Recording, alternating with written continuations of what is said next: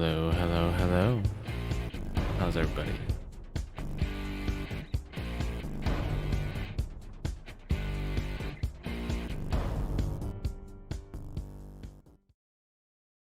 How are you? Let's go ahead and do that. Over. This background music again. Oh. How's everybody today?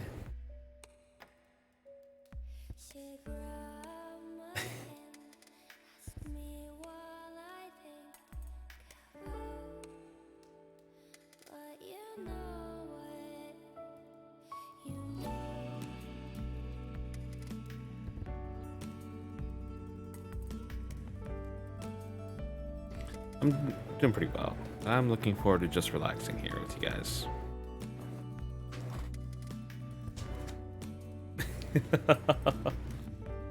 So.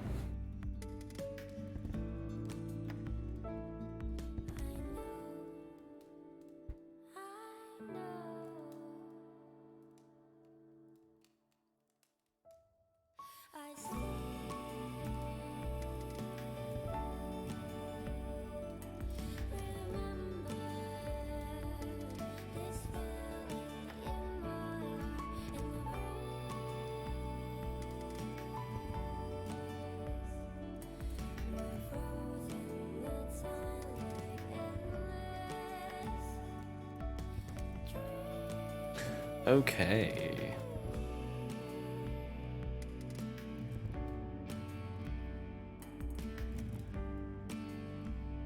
Howdy, Stone.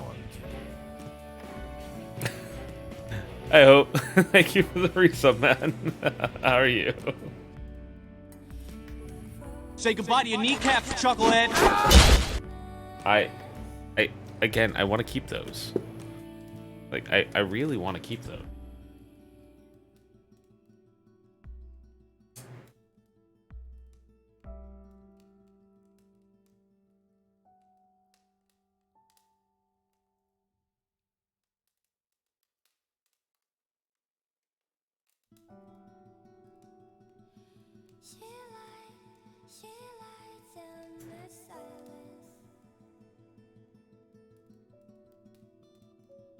Hello there.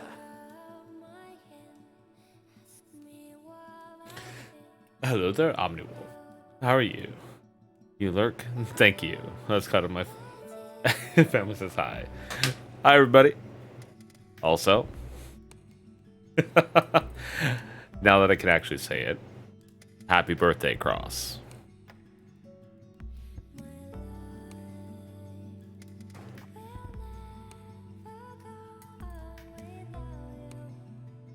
Yeah.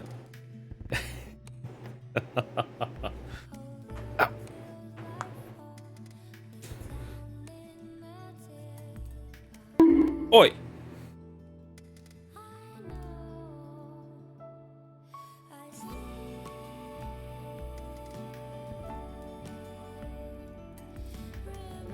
But it's not my, it's hers.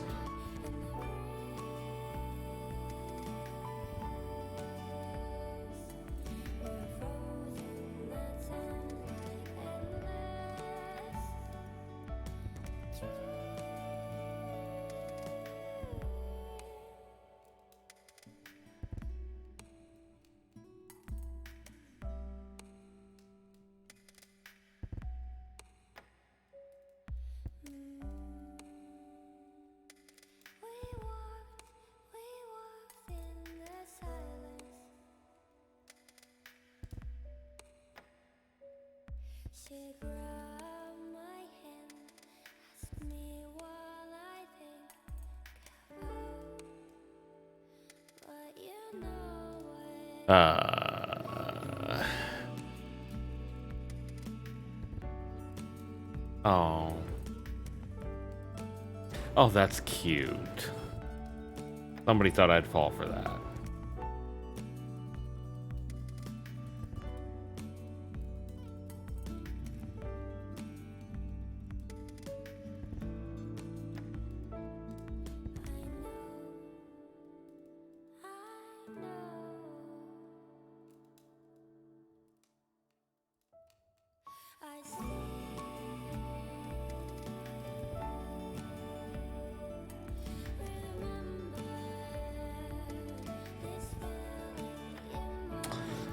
Oh.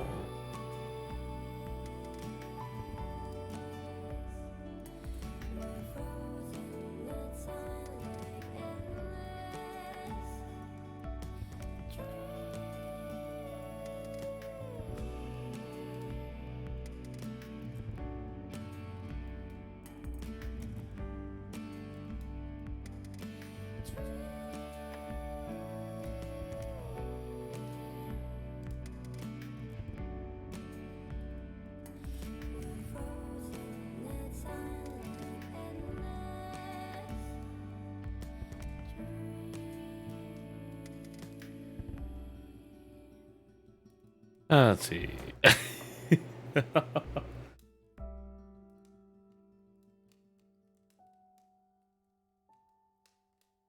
No.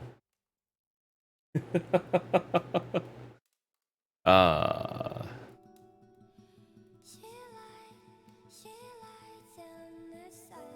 Somebody really thought I was gonna fall for that shit. Like, hey, what would you do with $3,000? Well, here's what I would do. Like, you got PayPal or Cash App? You know what? My Cash App does not have my normal name. Nothing that ties back to here. Not really. Yeah, fuck it. So, and then they just basically, well, for you to get the 3,000, you need to deposit, or you need to do $30 or pay the $30 fee. Like, yeah, no. I'm not that stupid. God damn.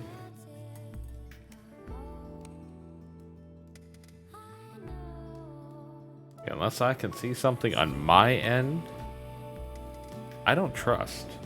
No trust.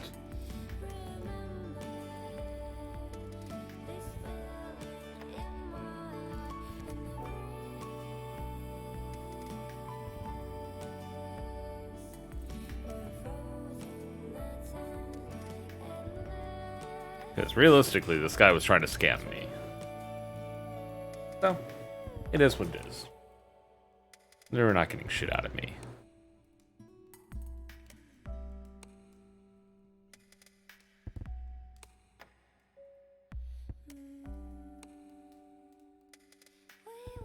I got no notification, no... Not there, nothing there, nothing there.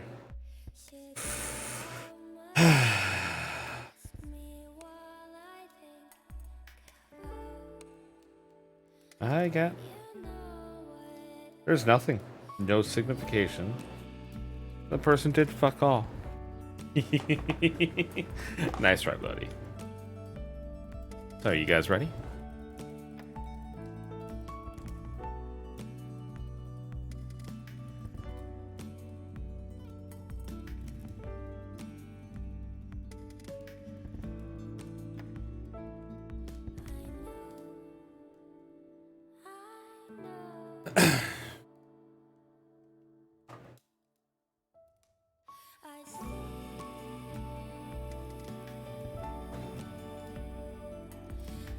Okay. And away we shall go. Actually, is the audio balance okay for you guys? Or do I need to turn down the, turn down either the game or turn up myself, or let me know.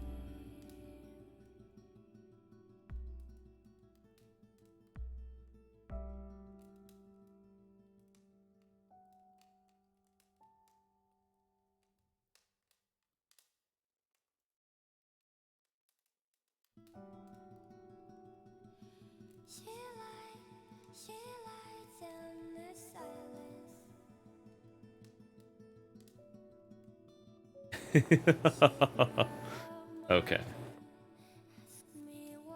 Oh, is a scammer giving up on me?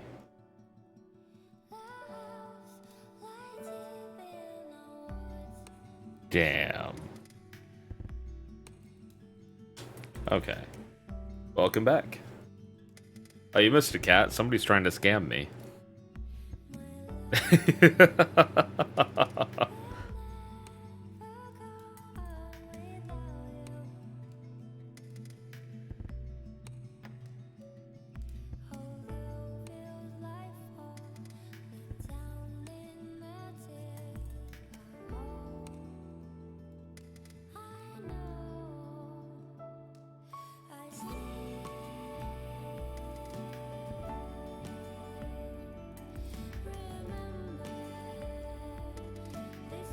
Somebody's trying to pull the, hey, in order for Cash App to send you the $3,000, you need to pay a fee of $30.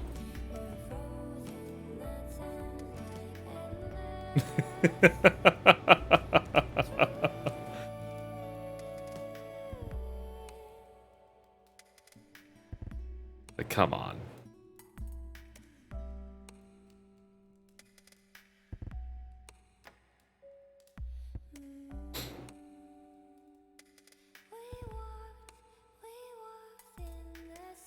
The fucking Nigerian prince all over again.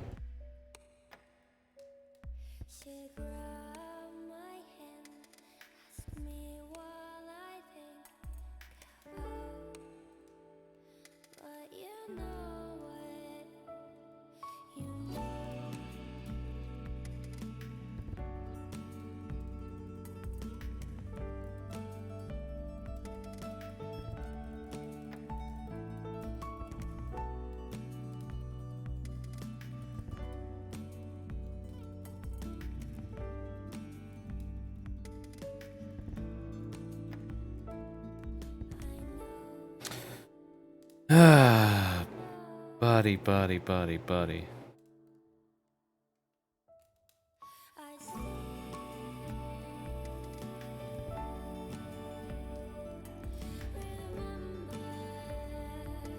Oh, this is too fucking funny. Trying to send me a goddamn screenshot of their end. Like, oh.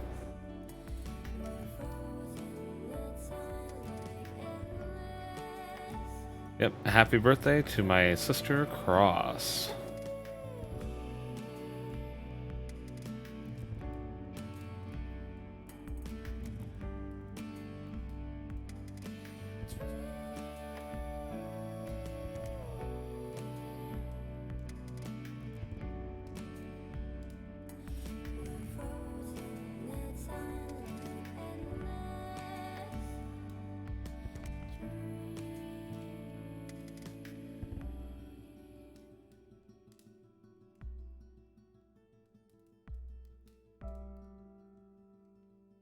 They sent me a screenshot of their own side.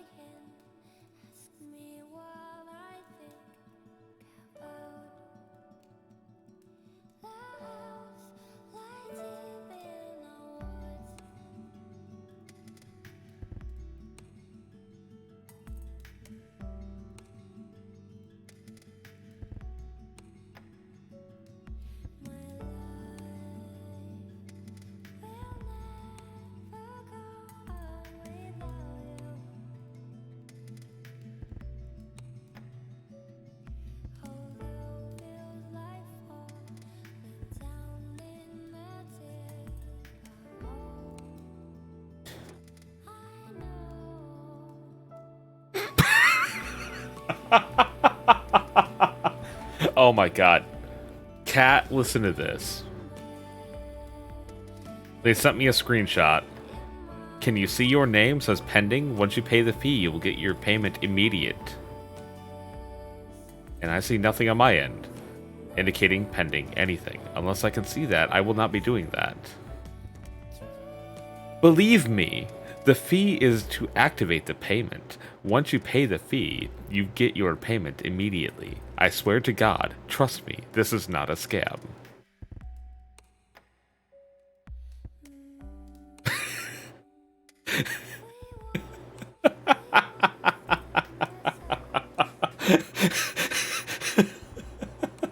Like, I'm sorry, Cross. I wouldn't even trust you with something like that.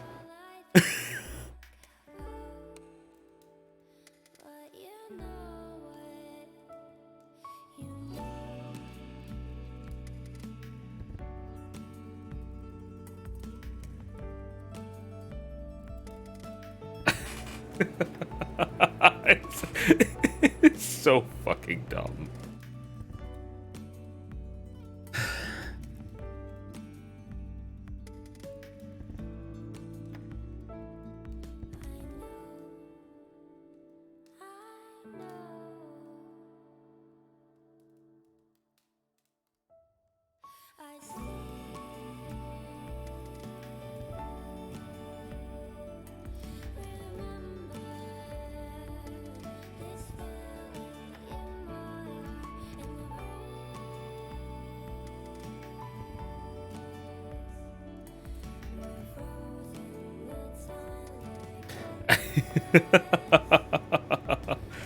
Oh yeah.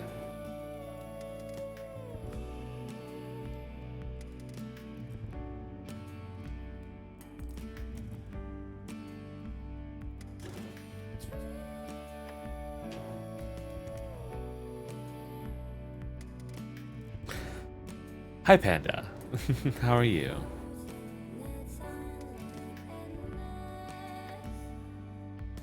You're amazing, Panda. I don't know if you've heard that yet today, but you really are. I hope you're having a wonderful day so far.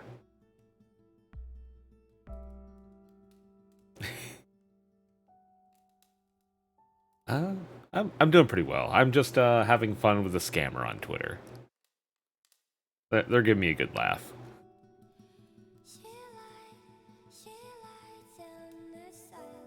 So.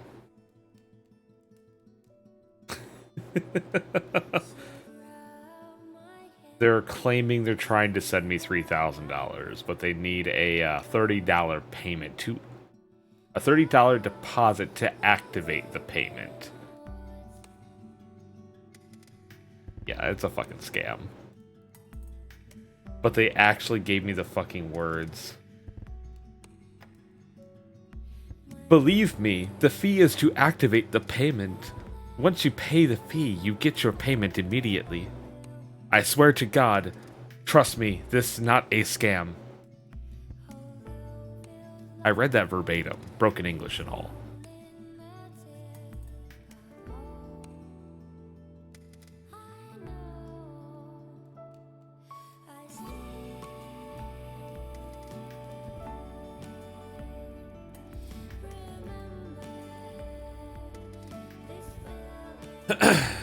But okay.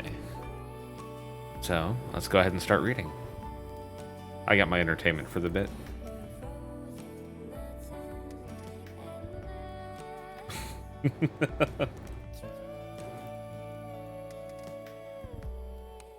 The rolling hills ended, replaced by undulations in the landscape that barely rated the term, which made for easy traveling. Lawrence hadn't yet shaken the effects of the previous night's wine, so the easy road suited him just fine. With a companion to partake of the fine wine and food, he had overindulged.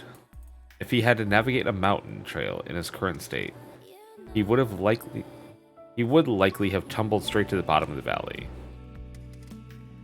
Actually, you know what, Panda, with you here, I know I've joked with Kat about this. Have you? I hear your voice in my head when I'm reading out loud Hodo's lines, because of how much she teases the absolute hell out of Lawrence.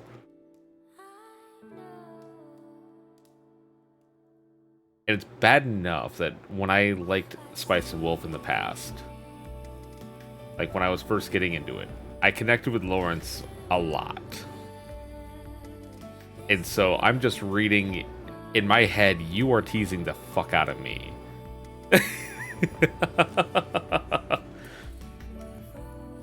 It's just goddamn.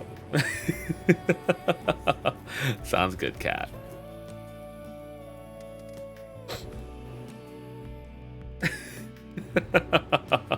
You're a good beat.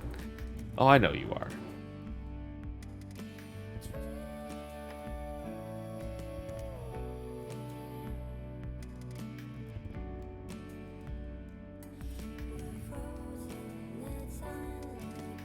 No, it's like the kind of teasing I mean is like outsmarting or tricking or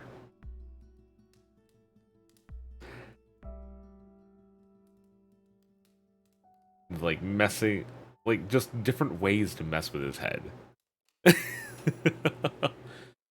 But like everything she does is to get a reaction, basically.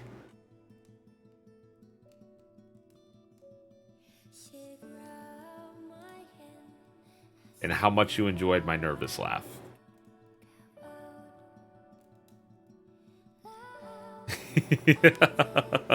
But still. But regardless, I still love having you here, Panda. Love knowing you. You're such an amazing friend. And one of these days, I would love to give you a hug.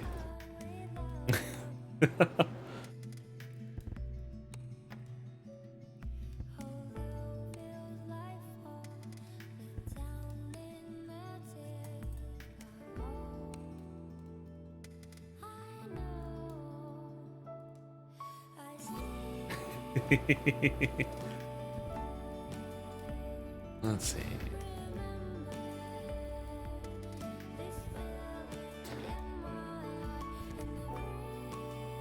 Let's see.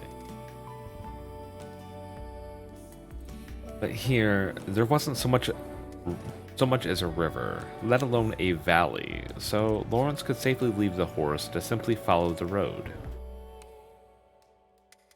Occasionally, he would nod off for a brief moment, and in the wagon bed, Horo was sound asleep, snoring away without a care.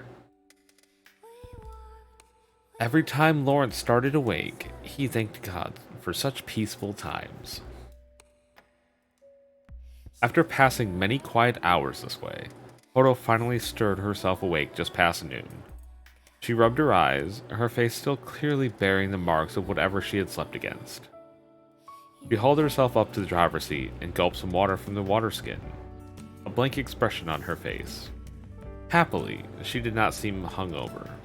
Had she been, Lawrence might have had to stop the wagon. Otherwise, she might wind up vomiting in the wagon bed.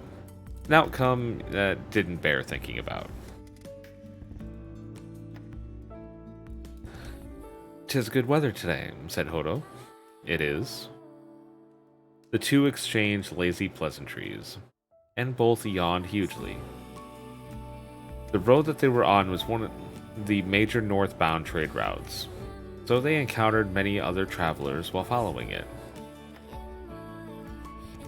Among them were...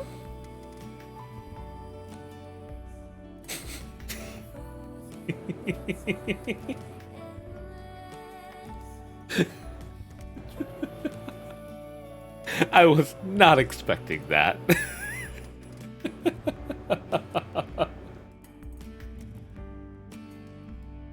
God damn it, Panda, you're awesome. I got the cable also. That showed up in the mail yesterday.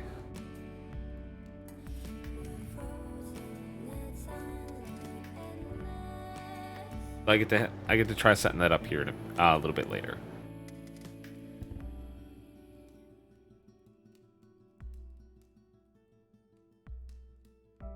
Oh god, where the fuck was I? That really fucked me up.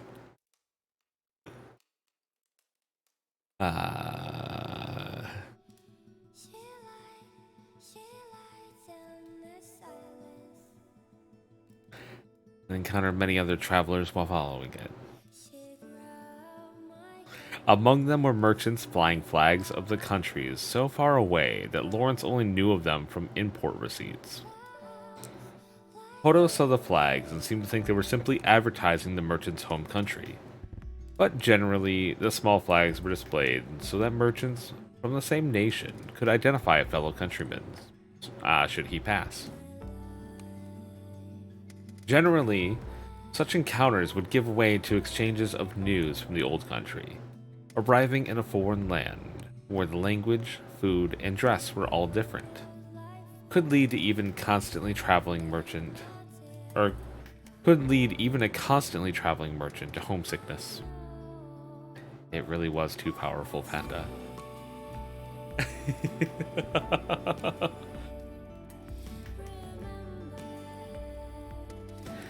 Lawrence explained this to Hodo, who then gazed at the small flags of passing merchants, deep in thought. Hodo had left her homeland hundreds of years ago, and her desire to speak to someone from her birthplace was stronger than any traveling merchant's homesickness. "Ah, well, I'll be back soon enough," she declared with a smile, but there was a touch of loneliness in it. It seemed to Lawrence that he should have some response to this, but none came to mind. And as he drove the horse along the road, the afternoon sun made the thought hazy in his mind. There was nothing finer than warm sunlight in the cool season, but the stillness was soon shattered. Just as Hodo and Lawrence started to doze off in the driver's seat, Hodo spoke abruptly. "Hey! There is a group of people." "What did you say?" Lawrence asked as he scrambled to grab the reins, his sleepiness gone in an instant. He narrowed his eyes and looked ahead in the distance. Despite the slight undulations in the road, the generally flat terrain offered a good view ahead. But Lawrence saw nothing. He looked at Hodo, who now stood staring forward intently. "They are certainly there. I wonder what happened. Are they carrying weapons?" There are only a few ways to explain a group of people on a trade route. Lawrence hoped for a large caravan of merchants, a column of pilgrims all visiting the same destination, or a member of the nobility visiting a foreign country. But there were other, less pleasant possibilities. They could be bandits, rogues, hungry soldiers returning home, or mercenaries. Encountering returning soldiers or mercenaries might mean giving up everything he owned, if he was lucky. His life could well be forfeit. What would happen to his female companion went without saying. "I do not see any weapons. They don't seem to be annoying soldiers at any rate." "You've encountered soldiers?" asked Lawrence, slightly surprised. "They had long, sharp spears, which made them quite a bother, though they couldn't keep up with my wits," Hodo said so proudly that Lawrence didn't venture to ask what happened to the unlucky mercenaries. "There's no one about, yes?" Hodo looked around quickly, then pulled her hood back, exposed her wolf ears. Her pointed ears were the same brown as her tail, and like her tail, they expressed her mood so effectively that they were a good way to tell when she was, for example, lying. Those same ears pricked forward intently. Hodo's attitude was every inch the wolf searching for its prey. Lawrence had encountered such a wolf once before.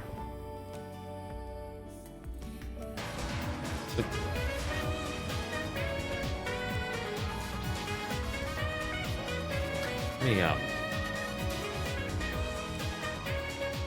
Hi, Starry.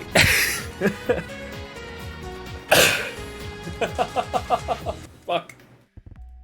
How you doing? Hi, everybody. I am Fauci the cat. Meow meow meow Ataki and Isus. I am not. But goddamn you.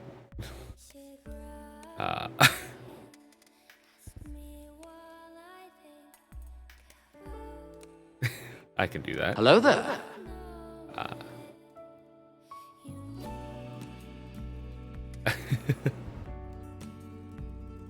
Let's still.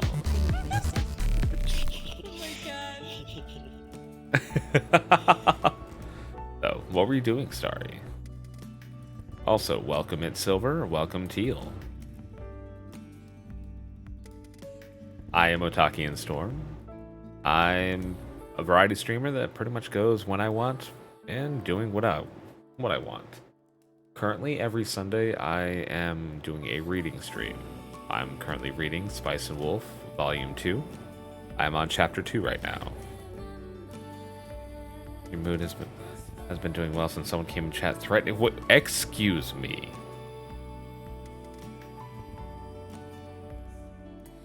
I hope they were banned. That shit is not okay. And also, hello there, Nox. How are you?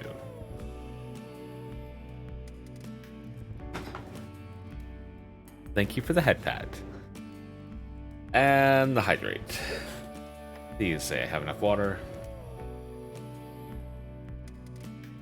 There we go.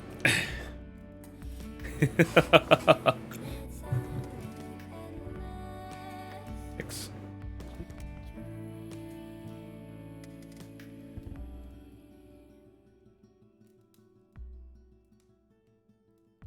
Not still. Gotta go get food and get Sounds good, Starry. Thank you for the raid. You go get your food.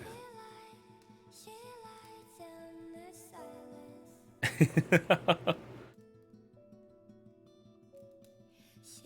think Demon's making some chili tonight, so.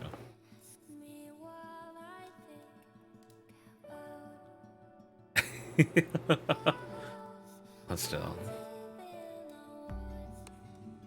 Hopefully everybody who came in with Starry enjoys the vibe.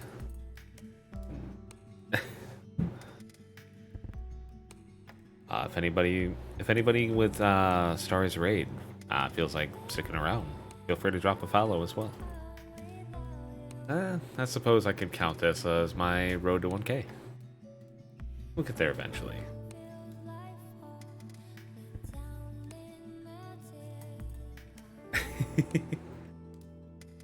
Yeah, Kat, also thank you for doing the shout out on Starry.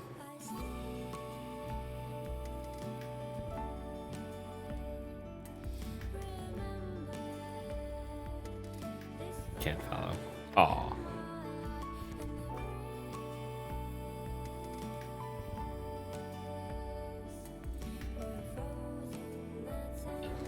Oh wait, we shall actually, you know what? No. I was lurking you, Starry, so that means I should update who that tab is now dedicated toward. Yeah. Let's have that now silent lurk, Sean.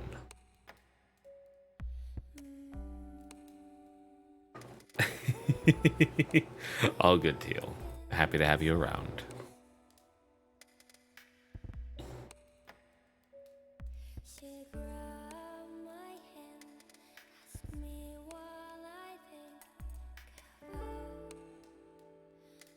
Hodo's attitude was every inch the wolf searching out its prey. Lawrence had encountered such a wolf once before. It had been a dark, windy night. Lawrence had been following a road across the plain. By the time he heard the first howl, he was already within the wolves' territory. Baying sounded from every direction when he realized he was surrounded, and the horse that pulled his wagon was half mad with fear. Just then, Lawrence caught sight of a single wolf. Its posture was fearless. It had looked straight at Lawrence, its ears so keenly fixed on him that he was sure it could hear him breathe. He had known that forcing his way free from the wolf's snare would be impossible, so he immediately took out a leather bag and, making sure the wolf could see, dumped all the meat, bread, and other provisions he had on the ground. Then he urged his horse onward, the wolves watching him all the while. He could feel the beast's gaze on his back for some time, but eventually the howl seemed to cluster around the food he had dropped, and he escaped unscathed. Lawrence would never forget that wolf, and at this moment, Horo looked just like it. Seems there's some kind of to-do, said Horo, bringing Lawrence out of his reverie. He shook his head to clear it. Is this a market I've forgotten about? Said Lawrence. Roadside meetings to exchange information and advance trade were not unheard of. I wonder, it doesn't smell of a fight, that's for sure. Horo pulled her hood back over her head and she sat down. Lawrence was preoccupied with driving the cart as she regarded him with an expression that said, "So, what shall we do?" The merchant was deep in thought as he visualized a map of the area. Lawrence knew that he had to get his arms in the wagon bed. The arms in his wagon bed to the church city of Ruvenhagen. He had signed a contract to the effect with a company in Ruvenhagen. If he detoured now, he would have to backtrack along the very roundabout route. The only other roads were so poor as to only be passable on foot.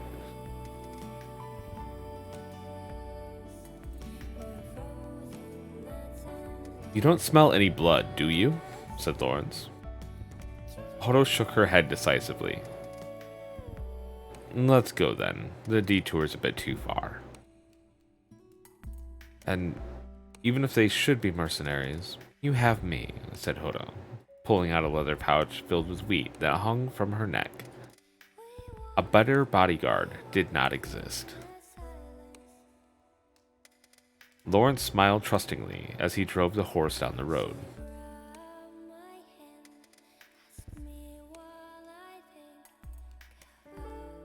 "So, to detour around here, take the path of St. Line?"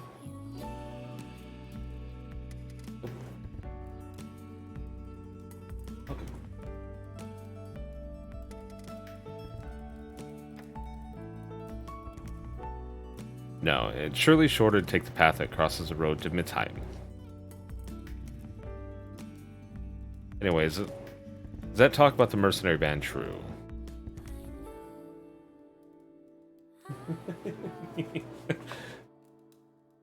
Okay. You're good. Love you too.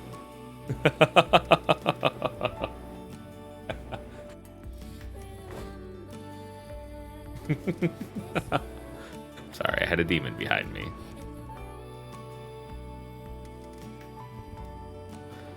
"Buy this cloth, won't you? I'll take salt in exchange." "Anyone here speak Parsian? I think this guy's got a problem." Lawrence and Horo caught snatches of conversation as they reached the throng of people. Some of the people stopped in the road were recognizable at a glance as merchants. Others were artisans from different lands on pilgrimage to improve their skills. Some walked on, others traveled by wagon or carriage. Some led donkeys loaded with bundles of straw. Conversation was everywhere, and those who didn't share a common language gesticulated wildly in efforts to make themselves understood.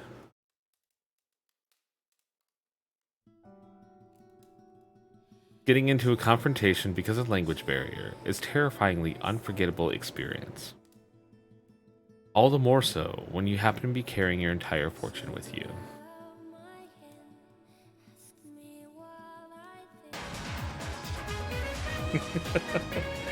I better.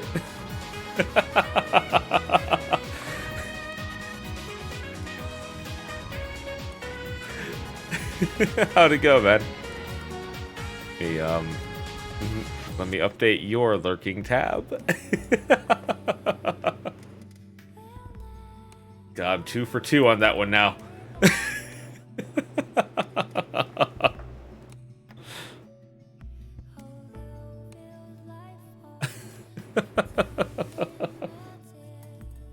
But still, so far so good. Wait, how'd your stream go, man? It's cold. I'm tired of culting. No, all good, all good. You get some rest. You most likely deserve it. I'm happy to help you, though. For anybody here who has not already, definitely follow Bitter. Genuinely great person.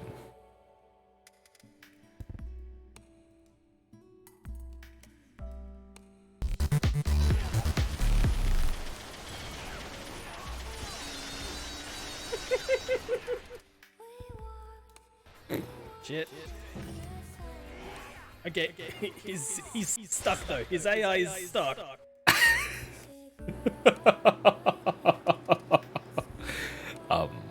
Did your minigun happen to break somebody? Is that what I just saw?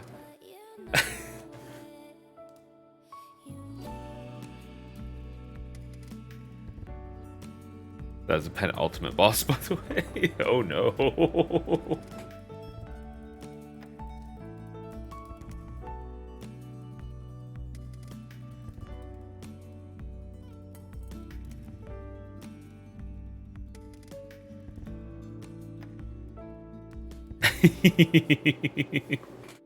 I walked away for 1 minute and everything.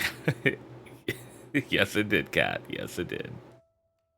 But that is now 2 tabs I've had to find somebody else to lurk. At least I don't have to worry about one of them because they're on a subathon.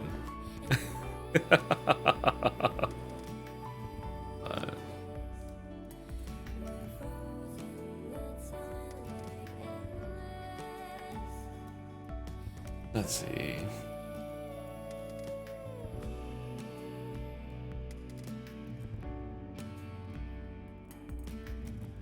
Yeah.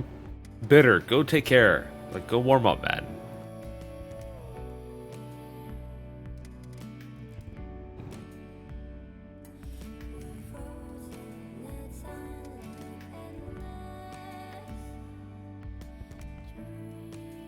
And continuing on, we're on page 52 right now. Sadly, Lawrence didn't understand the man either. He empathized, but there was nothing he could do, and he didn't know what the precise problem was anyway. Lawrence glanced at Hodo, a sign that she should stay quietly sitting in the driver's seat, and hopped off at the wagon, hailing a nearby merchant. "Excuse me," he said. Fellow traveler, have you just arrived?" "Yes, from Portosun." "What's going on here? Surely the local earl hasn't decided to open a market here." "Nay, were that so, we'd all have mats spread on the ground and be trading all day, in truth. In truth, there's tell of a mercenary band crossing the road to Ruvenhagen, so we're all stopped here." The merchant wore turban and loose baggy pants. The man had a heavy mantle wrapped around his neck and large knapsack slung over his back. Judging by his heavy clothes, the merchant frequented the heart of the Northlands. The dust of the road lingered on his snow-burned face. The many wrinkles of the tanned leather pallor of his skin were proof of a long life as a traveling merchant. Yeah, get some rest, Bitter. Take care. Thank you again for the raid.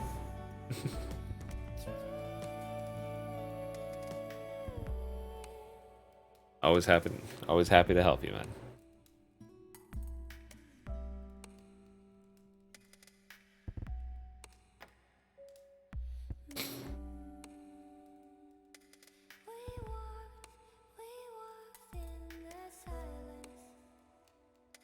A mercenary band.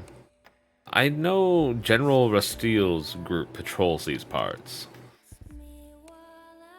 No, they were flying crimson patterns with a hawk device on them. Lawrence knitted his brow. The Heinsberg mercenary band? Oh, I see you've traveled the Northlands indeed. They say it's the Hawks of Heinsberg. I'd sooner run into bandits than them when carrying a full load of goods. It was said that the Hawks of Heinsberg were so hungry for wealth that whenever they passed, not so much as a single turnip leaf would be left behind if they thought it could be sold. They had made their name in the Northlands, and if they were on the road ahead, trying to pass it would be suicidal. The Heinsberg mercenaries were reputed to spot their prey faster than a hawk on the wing. Then they would be upon a lazily traveling merchant in an instant, surely. Man, I fucked up my English there. They would be upon a lazily traveling merchant in an instant, surely. However, mercenaries acted purely out of self-interest, and in that sense, they were not far from merchants. Essentially, when they behaved strangely, there was often something similarly unexpected happening in the marketplace. For example, a sharp jump or drop in the prices of goods. Being a merchant, Lawrence was naturally pessimistic, but pessimism would get him nowhere. He knew he was already on the road, loaded with goods, and all that mattered now was how he would get to Reuvenhagen. So, it seems a long detour is the only course, said Lawrence. Most probably. Apparently there's a new road to Reuvenhagen that heads off the road from Kozlata. But it's been on the unsafe side lately, I hear. Lawrence has not been in this region for half a year. This is the first he's heard of a new road. He seemed to recall that on the northern side of the plains that stretched out, there was an eerie forest that was a source of constant, unpleasant rumors. Unsafe? He asked. Unsafe? How?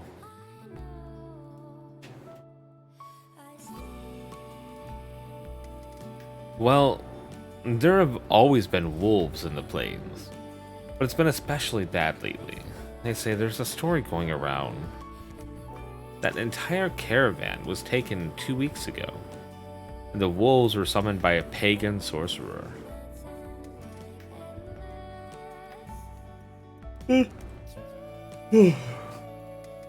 Sorry.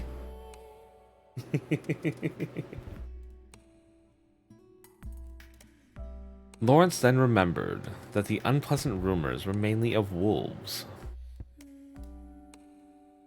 He realized Horo was probably listening in on this conversation and stole a glance at her. A smile danced around the corners of her mouth. How do you get to this new road? You're going to go? You're quite the rash one. And take this road straight, then turn right when it forks. Keep going for quite a while, then it will split again, and you bear left. Though peacefully willing away 2 or 3 days here should be alright. It'd take but 5 minutes to tell if the mercenaries are really there, but by the time you saw them, it'd be too late. The merchants with fish or meat will have to head to a different city, but I'll play it safe. Lawrence nodded and looked back to the contents of his own wagon. Fortunately, his cargo was in no danger of spoiling, but he still wanted to sell it in Ruvenhagen. He pondered silently for a moment, then gave his thanks to the other merchant and returned to his wagon.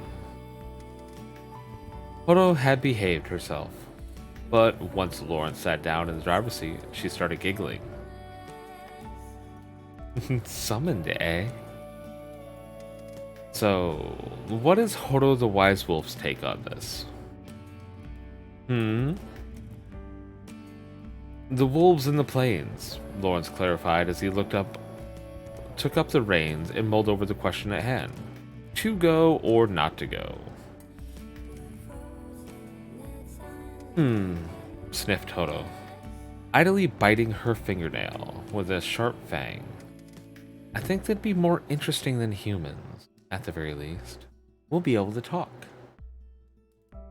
That decides it then. Lawrence flicked the reins that turned the wagon around, heading down the road away from the chattering merchants. A few of them saw and raised their voice in surprise, but most simply took off their hats or capes and waved. Good luck, their gestures said.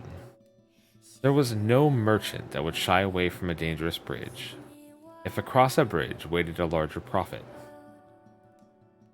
If news of a mercenary band traveling the roads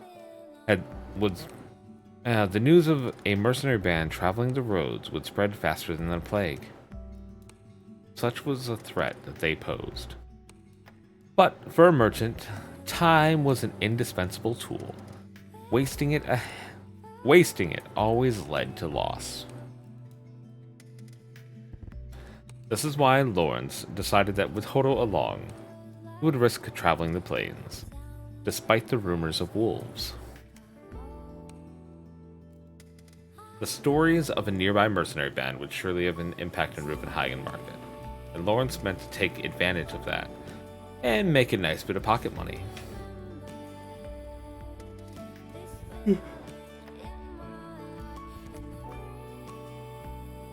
At first, he jumped to the assumption that things had taken a turn for the worse. But in reality, it was just the opposite. And in any case, unexpected developments were part and parcel of the life of a traveling merchant. That's what made it fun. You certainly seem happy, remarked a bemused Hodo. I suppose, said Lawrence's short reply. The road ahead led to profit, the watchword of a traveling merchant.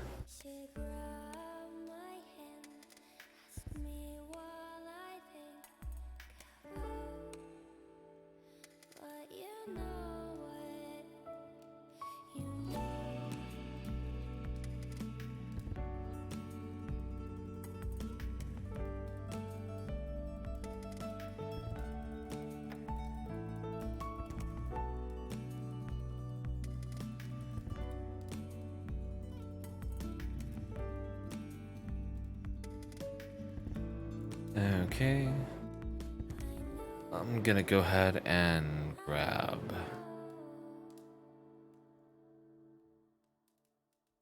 So, how's everybody doing at the moment?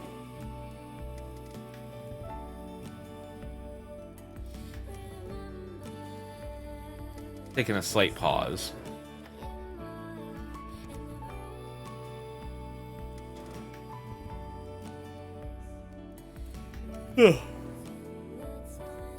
Okay.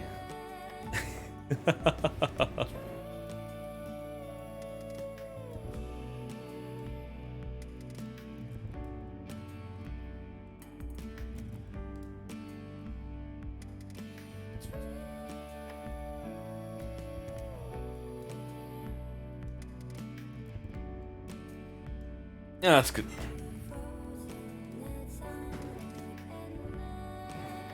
Good making dill chicken and potatoes.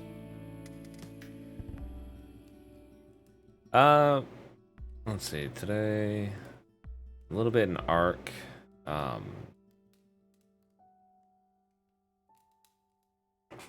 Worried about one friend who seems to kind of vanish. I know they're not doing the best, and they're vanishing every now and again. They managed, or they came back and sent me another message today. And also got to have some fun with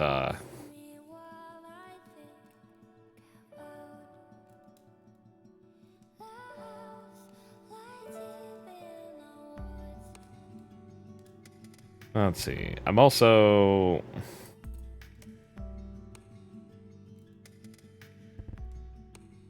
messing with a most likely a scammer.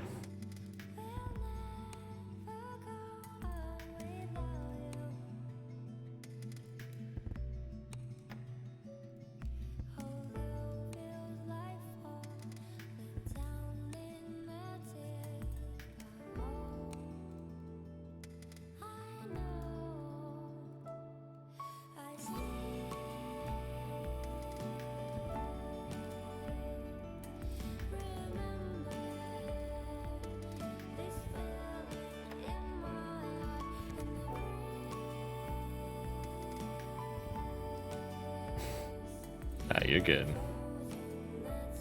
No, somebody who's attempting to pull the well, I'm trying to send you $3,000, but you need to send a $30 activation deposit. Like, yeah, bullshit. Unless I see the activity of a pending transaction in my side of the payment process, go fuck yourself.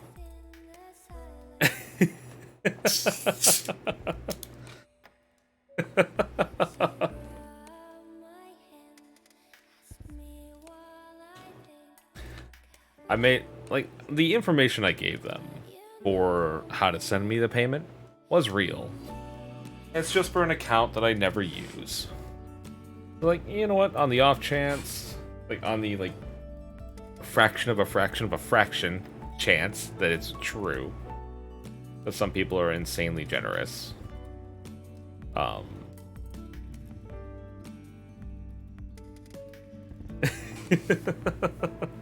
I was actually about to make like some fucking dummy PayPal just to fucking accept it. But you know what? Here's a Cash App that I made like 6 years ago that I've never used since.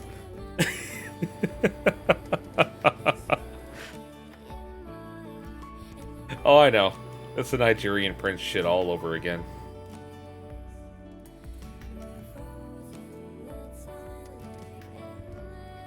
Complete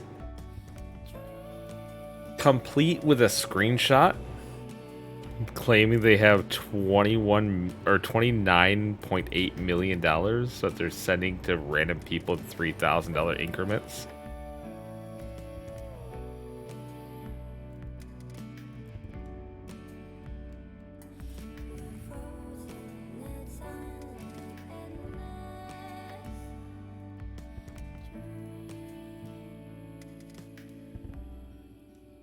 Oh yeah. Don't.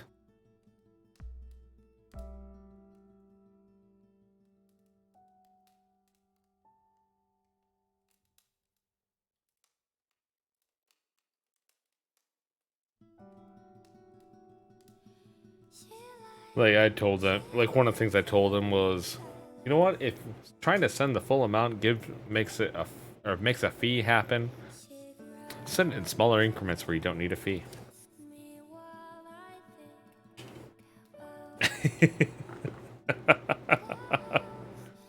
I'm not paying you shit. I'm not trusting your screenshot.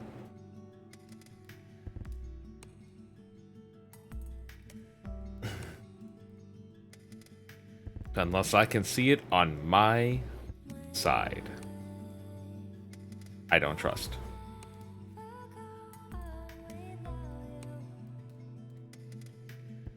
But, oh my god.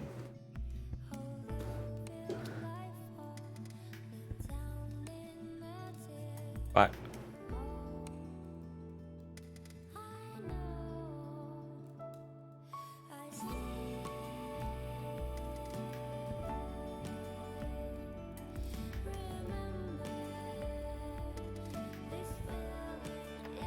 You're good, Nox.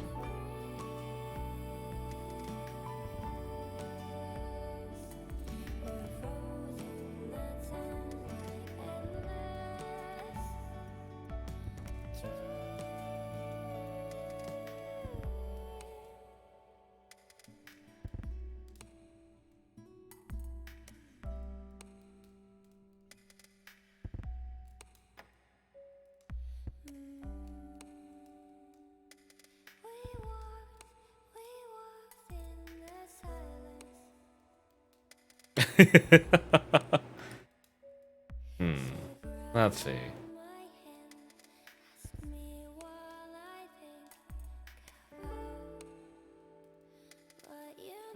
Don't let this backfire. Don't let this backfire.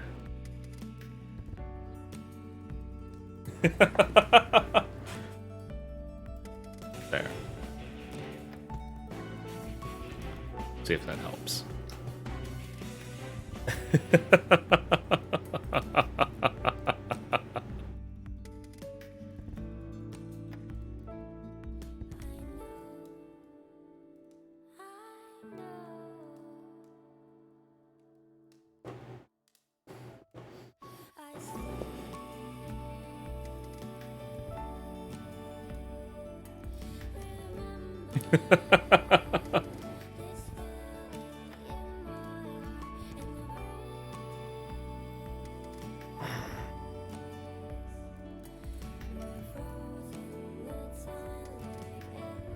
I just...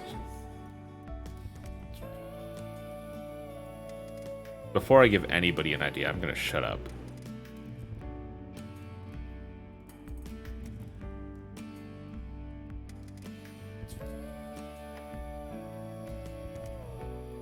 No, you're good, Nox.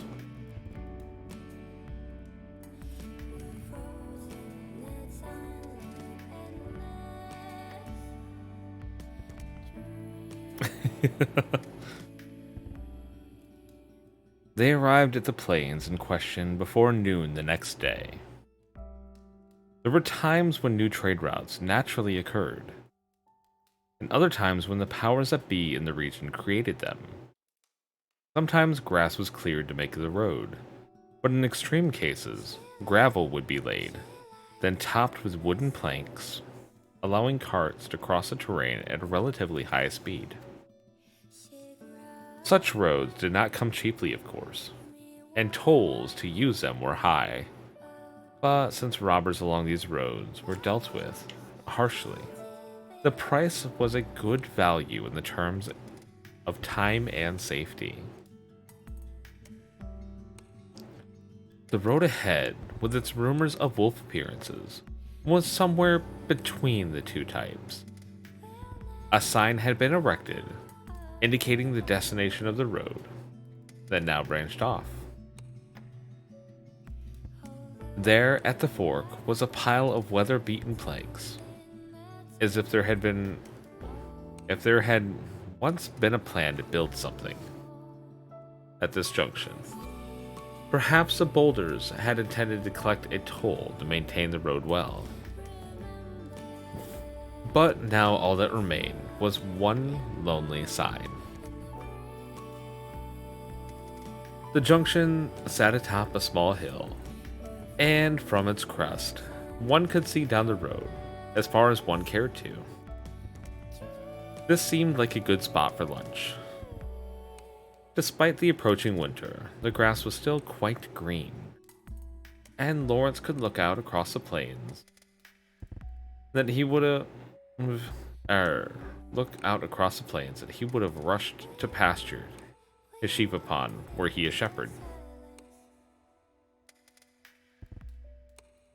All that was left of the road that cut through the plains was a pair of wagon tracks, mostly overgrown with grass. Naturally, there were no other travelers. According to Lawrence's mental map, the forest to the north of this road was the most suitable spot for the wolves to make their home. But it was hardly true that all wolves lived in forest. In the distance stood patches of tall grass, and this looked more and more like an ideal plain for wolves. Lawrence could guess that much without asking Hodo, but he went and consulted her anyways. Well, what do you think? Any wolves about? Hodo, who was in the process of devouring a piece of dried mutton, gave Lawrence an exasperated look. We wolves are hardly so foolish to be spotted from a place with such an obviously good vantage, she said, sniffing with disdain. Her fangs occasionally showed as she chewed her meat, revealing her non-human nature. Hodo's statement and her fangs brought her essential wolf feature to the forefront of Lawrence's mind, and he considered complications. If they did encounter wolves, the situation would become problematic. It should be well, though. Should we happen into a pack, we'll just throw them some jerky. The wolves don't get into pointless fights after all. Lawrence nodded and snapped the reins to start across the plains. The gentle breeze smelled faintly of wild beasts. Lawrence murmured a quiet prayer for safe travels. A Faram silver piece. Nope, it's a counterfeit Marianne. Wait, was that not the counterfeit Marianne? Was not the counterfeit Marianne this one? No, that's a piece of late Radian Bishopry silver. The Hodo fell silent, holding several pieces of silver in her hand. Lawrence was teaching her the names of the various currencies as a way to combat boredom. But even Hodo the Wise Wolf struggled with coins whose size and design were so similar. Well, you'll pick it up as you use them. No, yeah, Leah.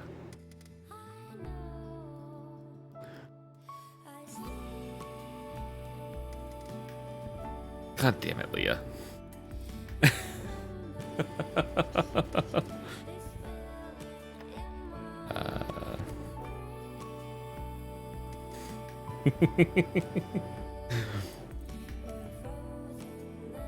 Well, you'll pick it up as you use them, no doubt, said Lawrence. Hodo was so serious that Lawrence was afraid to tease her, but his effort to be considerate only seemed to hurt her pride even more. She glared up at him, her ears flicking angrily under her hood. Once more, then, she said. All right, from the top.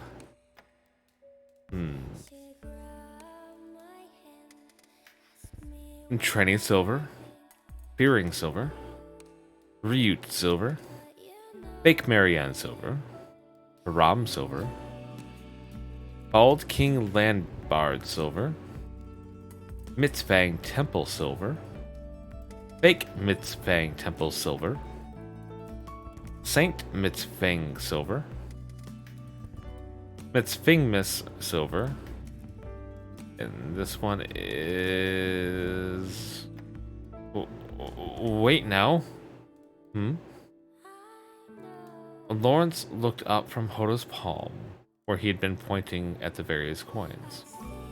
Her expression was complicated, angry, and on the verge of tears. You were making sport of me, she said. Lawrence remembered accusing his own teacher the same thing when he had to learn the names of all the different currencies. So, without thinking, he laughed.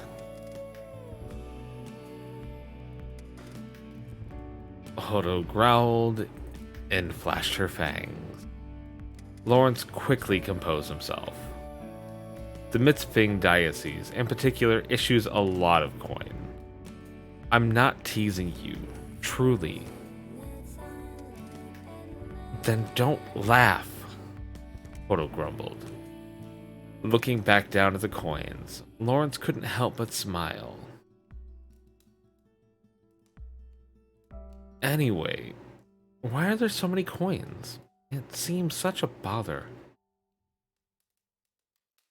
They're made when a new nation is established, or collapses. A powerful regional lord or church can issue coin, of course. There's no end to counterfeiting. Even the Ryut silver started out as a fake Trini piece, but it was so widely used that it became an independent currency. But when pelts were used, you always knew what you were dealing with, said Hodo, sniffing and finally heaving a sigh of... Hello there. Hello there, Konaza. Thank you for the follow and welcome to the stream. Hopefully you enjoyed the vibes today.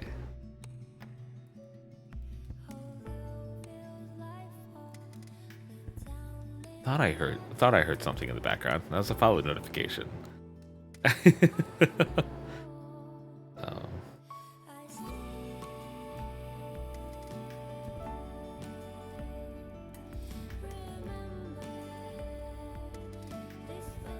But when pelts were used, you always knew what you were dealing with, said Hodo, sniffing and then finally heaving a sigh of irritation.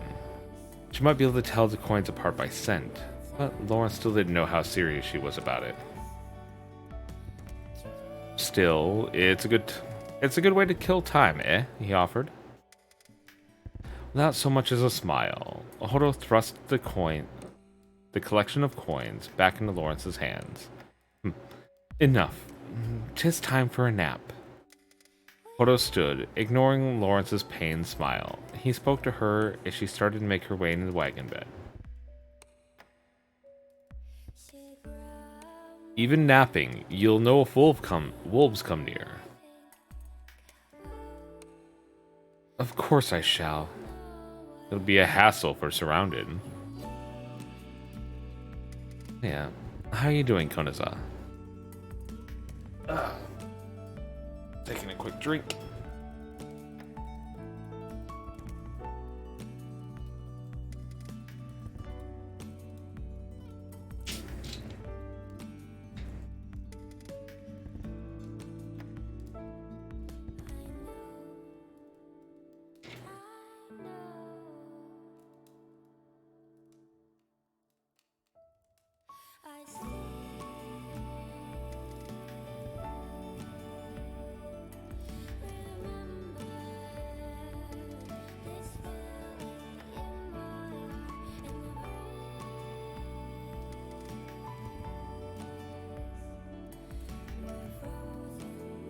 But still, it'll be a hassle if we're surrounded. To be cornered by mercenaries or bandits was, of course, troubling. But at least they could be reasoned with. Wolves, on the other hand, they cared little for human words. One never knew what might cause them to attack. Even with Hodo at his side, Lawrence was uneasy. You worry excessively, said Hodo, turning around with a grin, perhaps sensing his concern. Most animals are quite aware, be they sleeping or awake. 'Tis only you humans who are defenseless in slumber. You'd be more convincing if you snored less. Hodo's face hardened at Lawrence's words. I do not snore. Well, it's not too loud, I suppose, admitted Lawrence. He found her snoring rather charming, but the furrows in Hodo's brow only deepened. I do not snore, I say. All right, fine. Hodo seemed to consider this a question of honor, and Lawrence found her sharp expression irritating. She had constantly gotten the best of him since they'd met, and he realized he was generally used to her treatment. She seemed to have nothing more to say. Her expression Her expression sour. She turned back on Lawrence unceremoniously. Still, there doesn't seem to be anyone around, muttered Lawrence casually, smiling to himself at Hodo's antics. In truth, there wasn't a single soul on the expansive plain for as far as the eye could see. Hi there, Ocean. How are you? It was fun playing Overwatch with you last night.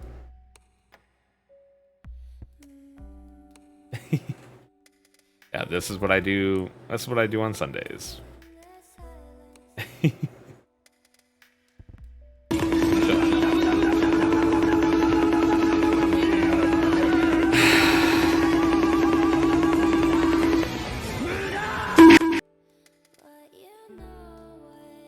God damn it. Omniwolf, you've been waiting for me to take a fucking breather, haven't you?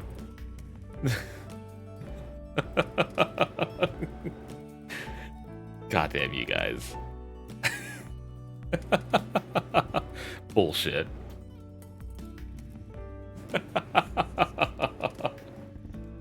But still.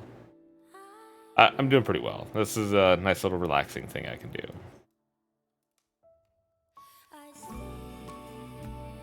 Thank you, Mick. No, it's yeah, no, it's like every Sunday I've just been reading. I'll take a few hours and read to everybody. I am become an interactive audiobook.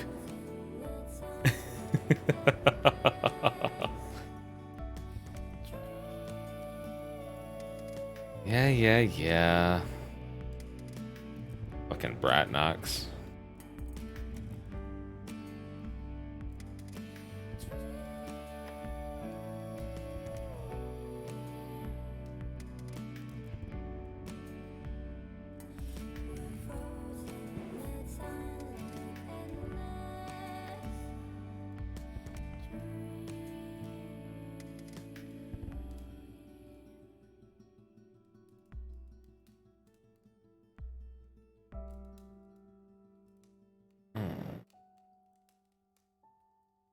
Turning all that.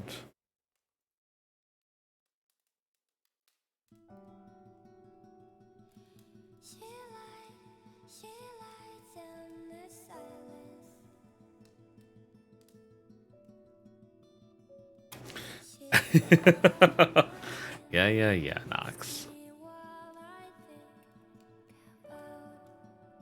Well, still. But Ocean, hopefully you're having a good Sunday. Definitely looking forward to playing Overwatch with you again.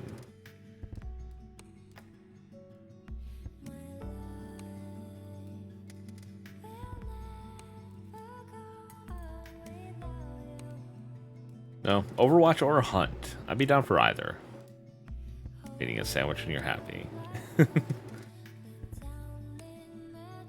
Got your daily boop.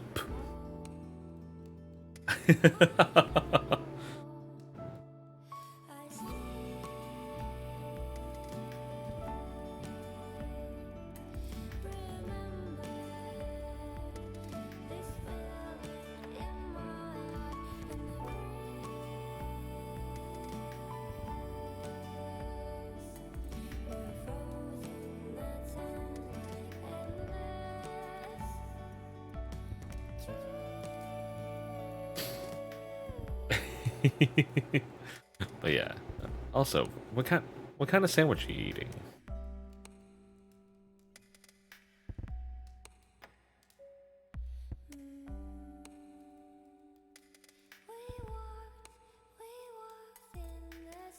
Tuna. Ooh, tuna's good.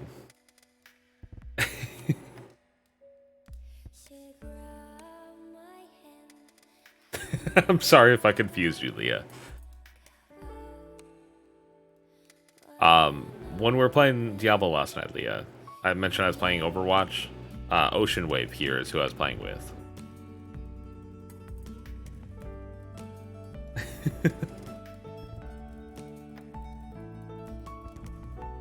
Thank you for the lurk, Ocean.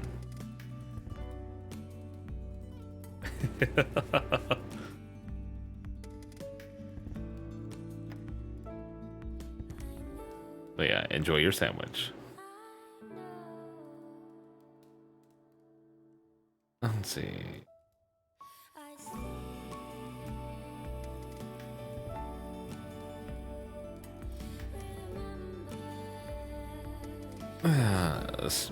Gonna restart this one a little bit. Still, there really doesn't seem to be anyone around, muttered Lawrence casually, smiling to himself at Hodo's antics. In truth, there wasn't a single soul on the expansive plain as far as the eye could see. Even given the rumors of wolves, Lawrence would have expected a few people to be taking the shortcut to Rubenhagen. But when he looked back, there was no one to be seen. Rumors are a powerful force, said Hodo. Even when her back was sullenly turned, her way of carrying on the conversation was amusing. And Lawrence chuckled in spite of himself. True enough, he said with a nod. No, it's not quite true that there's no one about, said Hodo, her tone slightly different now, her tail switching restlessly underneath her robe. Then she sighed, bored. So far, Hodo had tended to her tail without alarming the merchants as they passed on the road.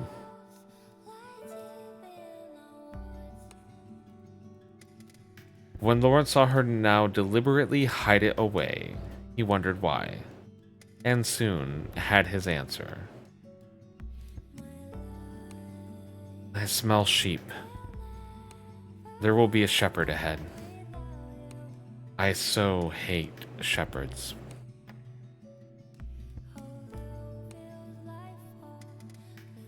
If there were sheep on the plains ahead, there would be shepherds as well. Shepherds were legendary for their ability to detect wolves, and Hodo must have known this. Her small nose wrinkled when she spoke of them, making her distaste entirely evident. Shepherds and wolves were natural enemies. But as merchants and wolves were basically antagonistic, Lawrence kept silent on that point. Shall we detour? Nay, it's them who should run from us. There's no need for us to move aside. Lawrence found himself chuckling at Hodo's displeasure. She glared at him, but he pretended not to notice and looked elsewhere. Well, if you say so, we'll stay the course. The fields suit our wagon quite well. Hodo nodded silently as Lawrence took up the reins. The wagon traveled along the thin road to the plains, and at length white dots might have been sheep became visible in the distance. Hodo's irritated expression remained. Lawrence noticed that when he stole a glance at her, and the sharp-eyed wolf girl seemed to notice. She sniffed, twisting her lip. I've despised shepherds longer than you've been alive. Getting along with them now is impossible, she said, sighing as she looked down. There's all that delicious meat just walking around. But imagine just having to look at it, never tasting it. You'd hate them too, would you not?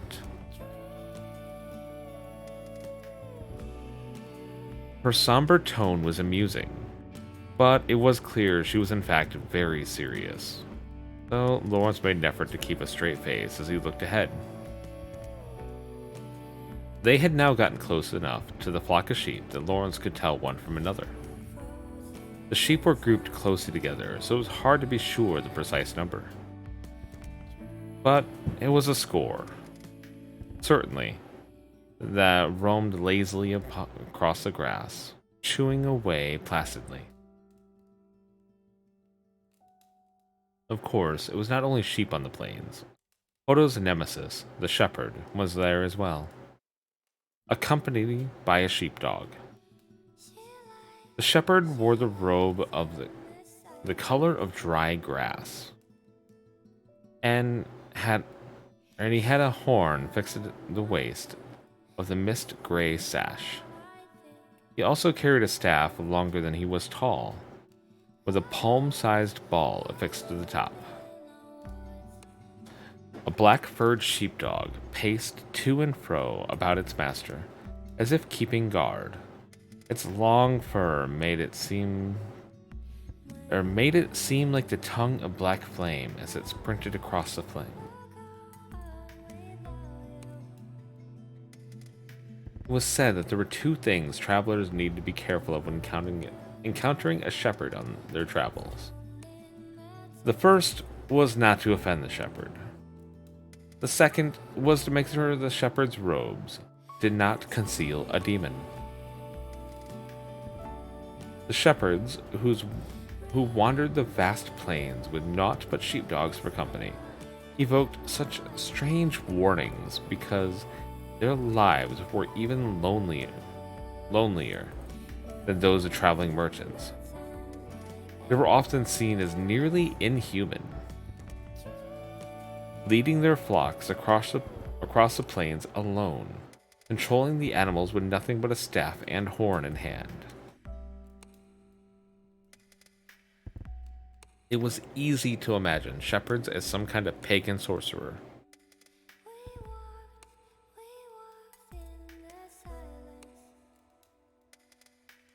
Some had said that meeting a shepherd while traveling ensured protection from accidents for a week. Thanks to the spirits of this land, others had said that the shepherds were demons in disguise, and if you let your guard down, they would imprison your soul within one of the sheep they had tended. For his part, Lawrence found nothing strange in these beliefs. Shepherds were mysterious enough to warrant such ideas. He raised his hand and waved it thrice in a way that had become ritual for meeting shepherds. He was relieved to see the shepherd raise and lower his staff 4 times in the traditional fashion. At the very least, this shepherd was not a ghost.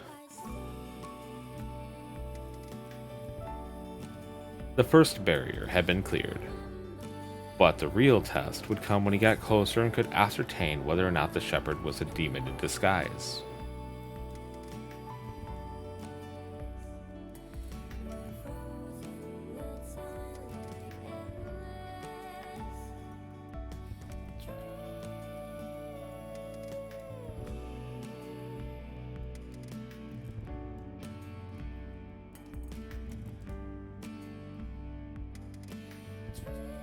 I am Lawrence, a traveling merchant. This is my companion, Horo, declared Lawrence. By the way of introduction, once he got close enough to make out the patchwork of the shepherd's cloak, and brought his horse to a stop. The shepherd was rather small of a stature, only a bit taller than Horo. While Lawrence talked, the dog that had been rounding up the sheep came trotting over to its master, sitting beside the shepherd like a faithful knight.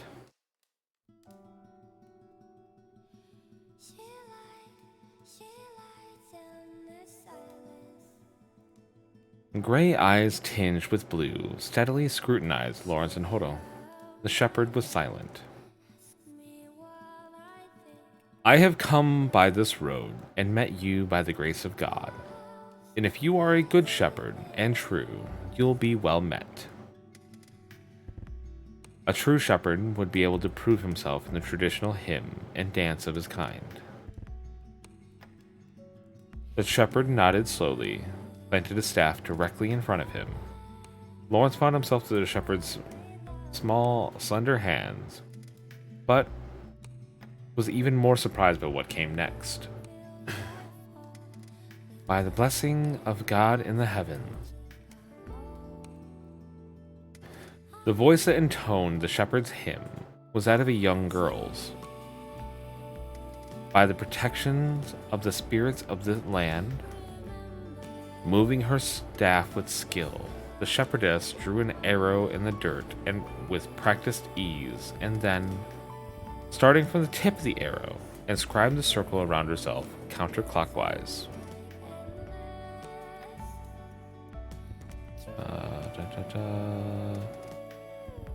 Setup.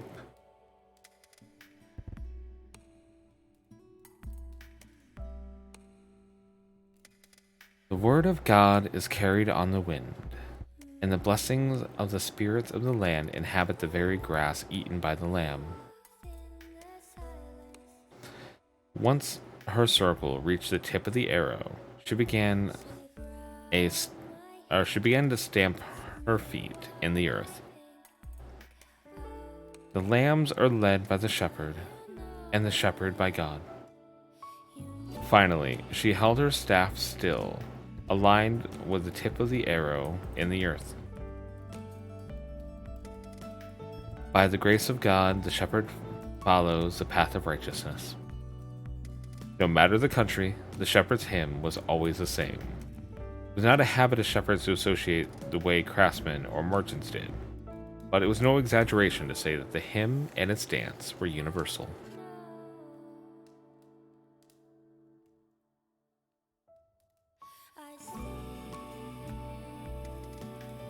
It was enough to lend credence to the idea that shepherds could converse across great distances by sending their words on the wind.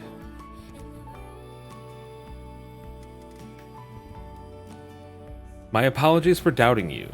You surely are a shepherdess, said Lawrence as he climbed down from the wagon. The shepherd's girl mouth quirked in a smile.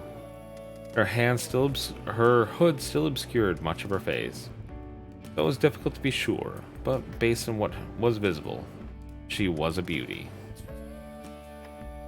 Even as he remained gentlemanly, Lawrence was filled with curiosity. Female merchants were rare, but shepherdesses were rarer still.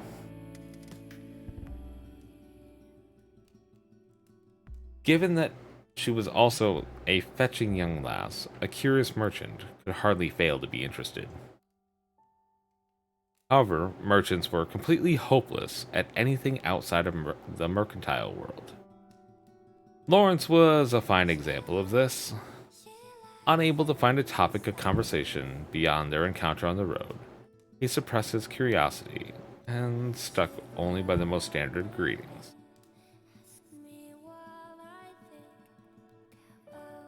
Having met you by the grace of God, I would have you pray for our safe travels, shepherdess. With pleasure.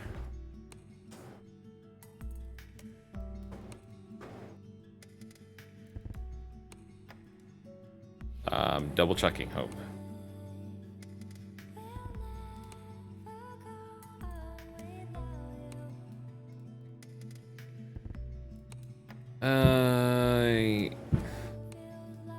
Yeah, no, that'll be the only one today. I think I'll stop at the end of chapter 2.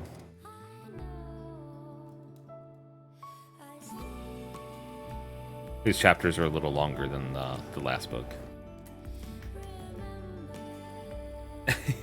Thank you, though.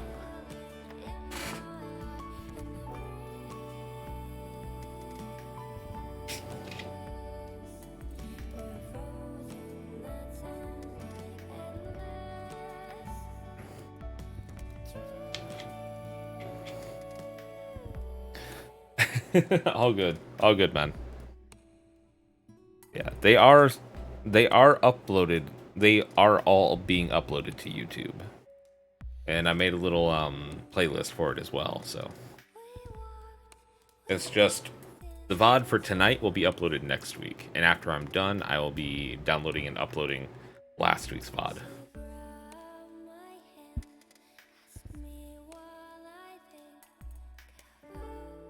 So there will be a 1-week delay on these.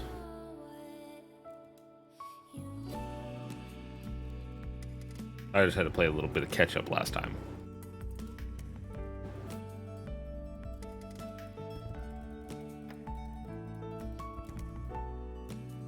With pleasure. Also, tuna on toast. Nox, I can't say I've ever tried that. I like tuna fish. I like toast. Can't say I've ever tried tuna on toast.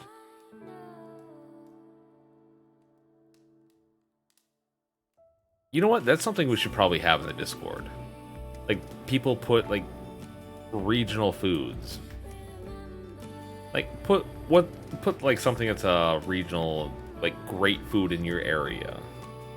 And let other people try it.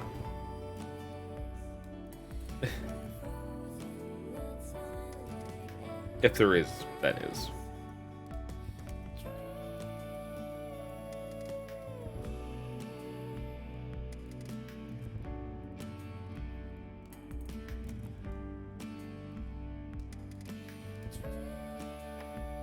At the sound of the girl's voice, calm as a grazing sheep, Lawrence's curiosity grew larger than a summer cloud. He didn't show it, but it was only with effort that he kept his inquisitiveness hidden. It was not his nature to ask shamelessly personal questions, nor did his nature grant him any gift for smooth talk. As he approached the shepherdess to receive her prayer, he thought of Wise, the money changer in Patio, and envied him his easy way with women. Added to that was Horo sitting in his wagon. Horo, who hated all shepherds.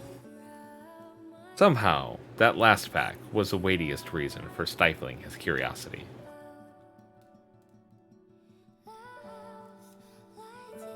As Lawrence considered this, the shepherdess held her staff high to give the prayer for safe travel that had been requested of her. Halti, meets, Turio, le, spinzio, trato, cur.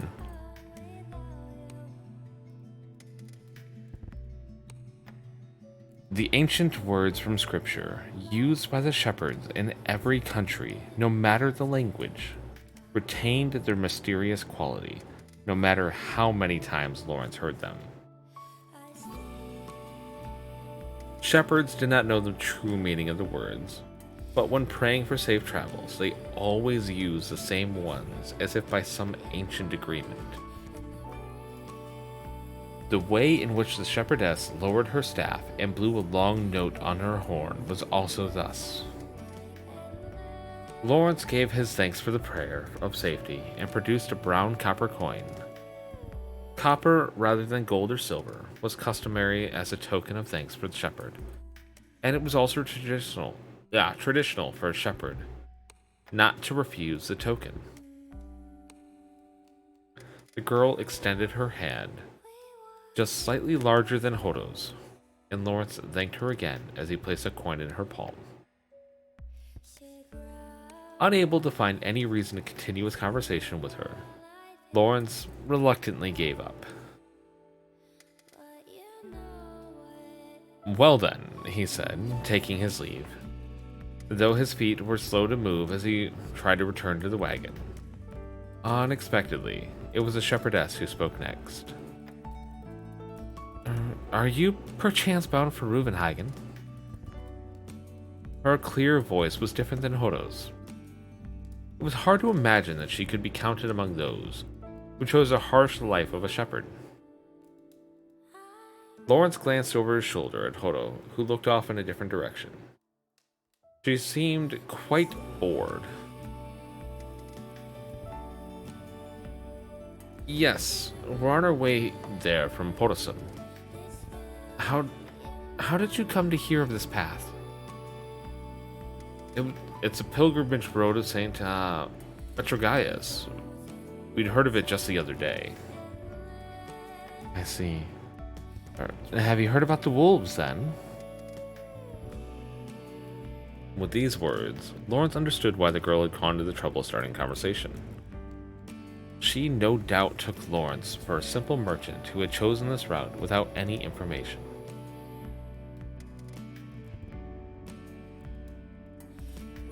I have indeed, he replied, but I'm in a hurry, so I decided to take the risk. There's no need to explain about Hodo. For enough profit, any merchant would risk a wolf-infested road. So there was no reason for suspicion. But the shepherdess's reaction was strange. She seemed almost disappointed. I see, she muttered quietly, her shoulders slumping. She had clearly been hoping for something. But what? Lawrence mulled the conversation over. There were not many possibilities. Either she had hoped that he didn't know about the wolves, or she was in no hurry.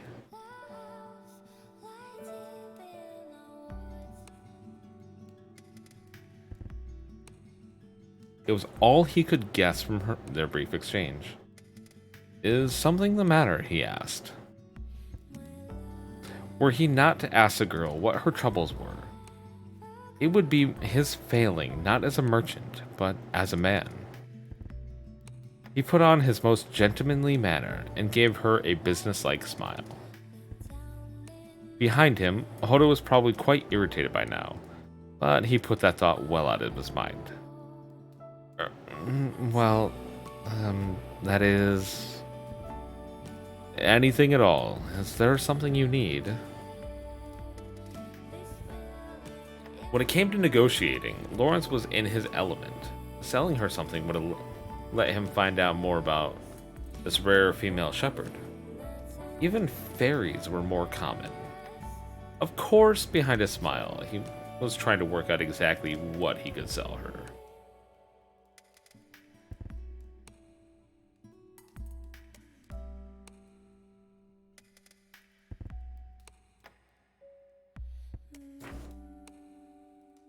Okay, let's go ahead and wait for the ad to pass.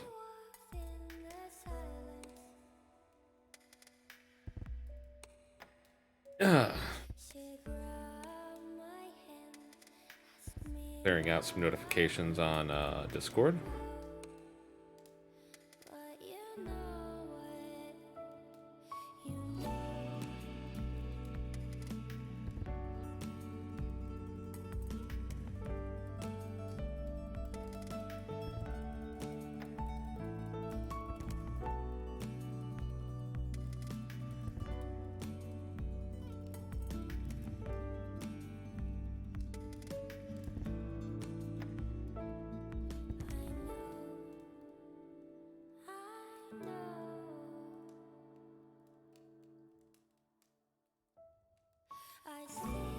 Going to eat?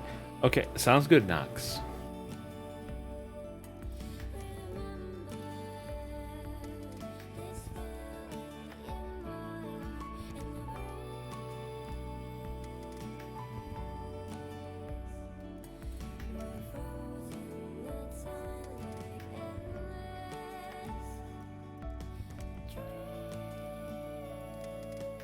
Oh, that felt good.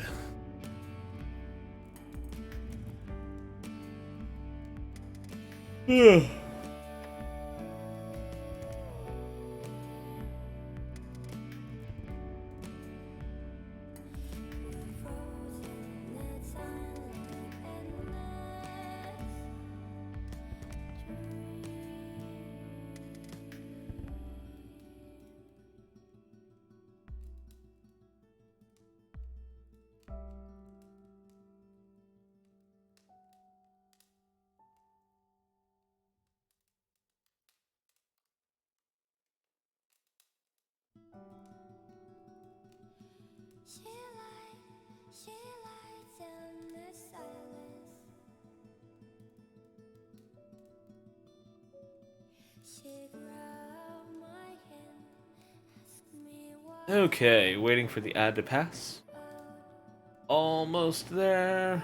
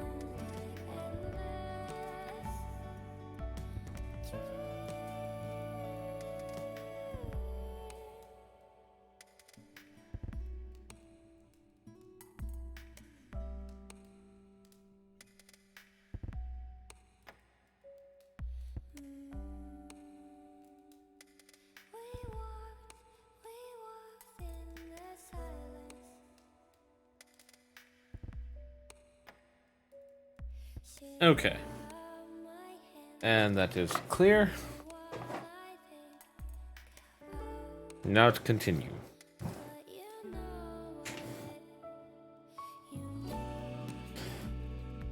But with her next words, such thoughts evaporated.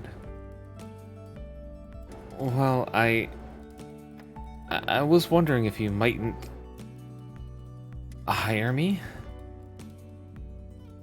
Faced with the shepherdess, looking up at him as she clung to her staff, Lawrence's mind raced. When a shepherd asks to be hired, it's the equivalent to being asked if you would leave your sheep in their care. But Lawrence had no sheep. What he did have was a single, clever, cheeky wolf. As you can see, I'm a merchant and I don't trade in sheep. I'm sorry, but... oh no, not that, Flustered, the girl waved her hands hastily, then glanced down from side to side as if to buy herself more time. Her head was deep in thought. Was deep enough in the hood that her gaze wasn't visible, but it was clear that she was searching for something. Perhaps that something was a tool that might help her explain her request. Soon, it seemed as though she had found it. From underneath her hood, she somehow communicated a sense of relief, and looked as if she had the expression of ears hidden behind there. Like Horo.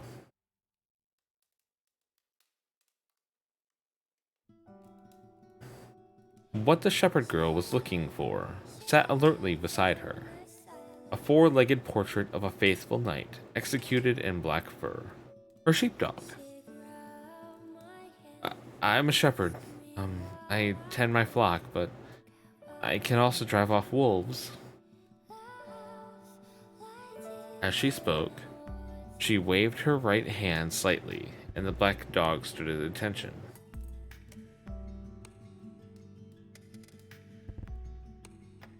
If you'll be so good as to hire me, I can protect you and your companion from wolves. But won't you consider it? As if to punctuate his mistress's clumsy sales pitch, the dog barked once, then dashed off, rounded up the flock, which is beginning to disperse.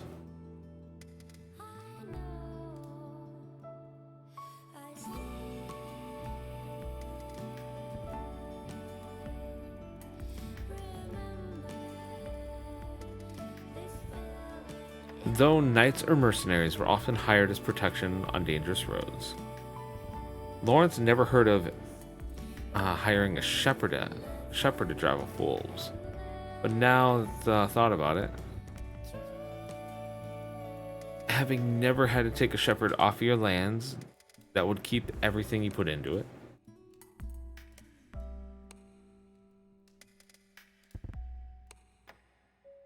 it, fuck. God damn it. Sorry. Let's restart that paragraph.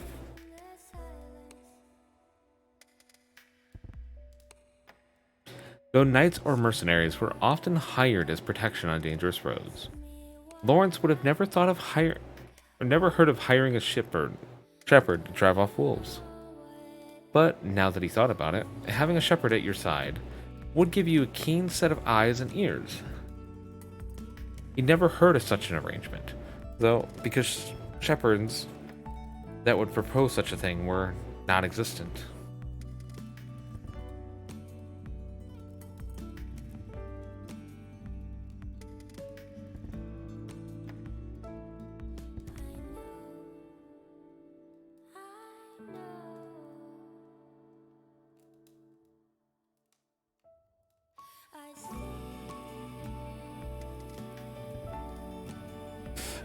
Oh, fuck.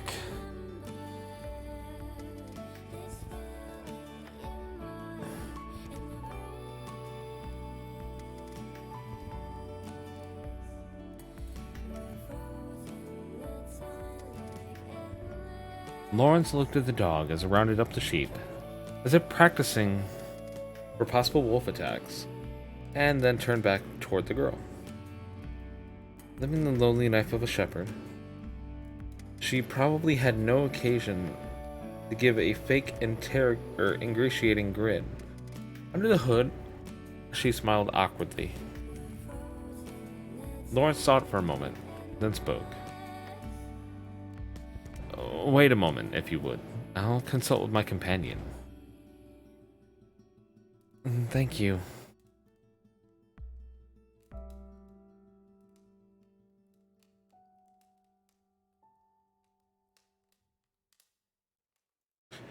Actually, you know what? I'm actually gonna go be right back. I go into the restroom. And so let's go ahead and take this display picture off. And I'll play a long ad real quick, just to knock back some of the auto ads. But I will be back here in a couple of minutes. See you soon.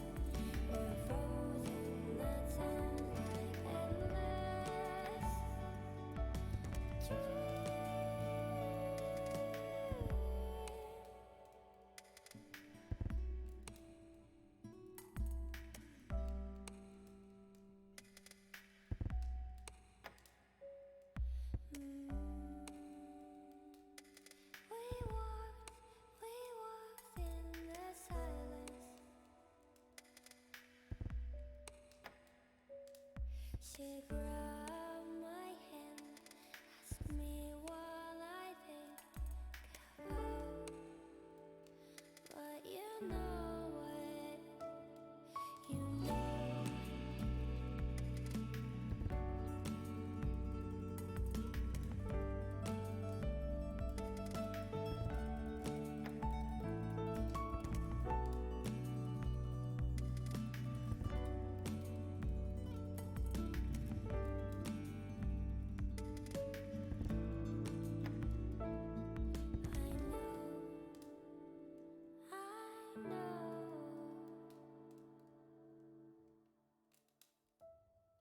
I stay.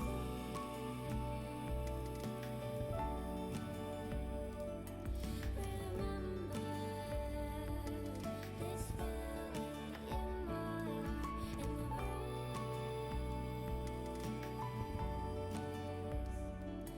We're frozen, the time like endless.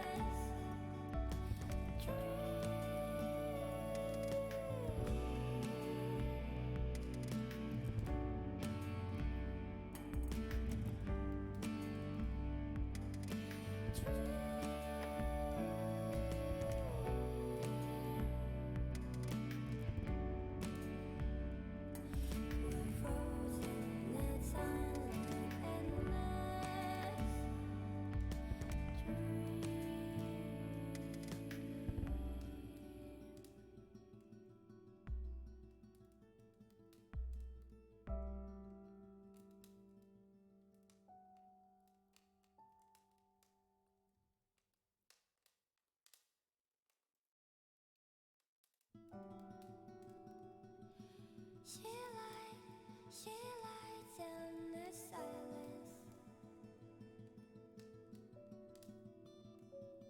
She grabbed my hand, asked me what I think about the house light deep in our woods.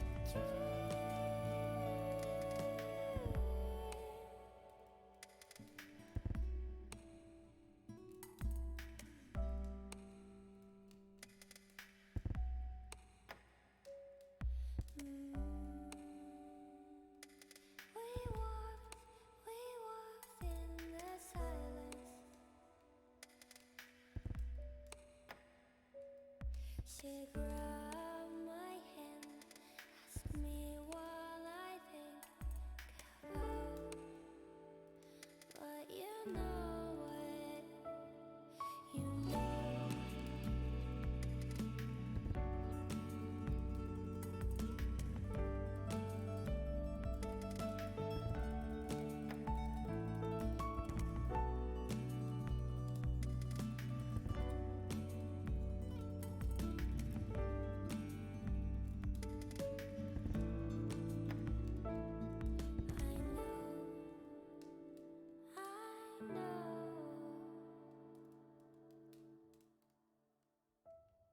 I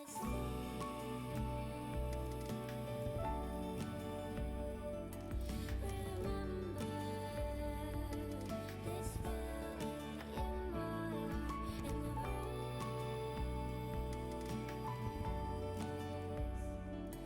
We're frozen in time like endless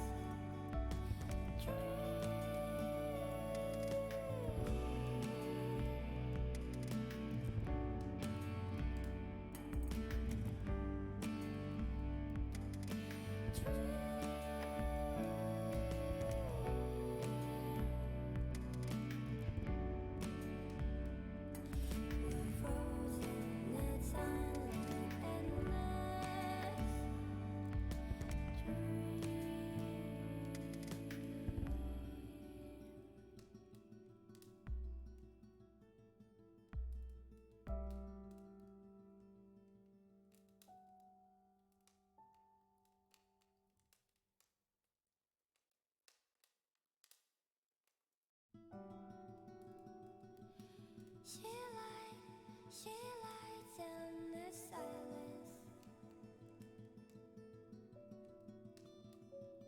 She grabbed my hand, asked me what I think about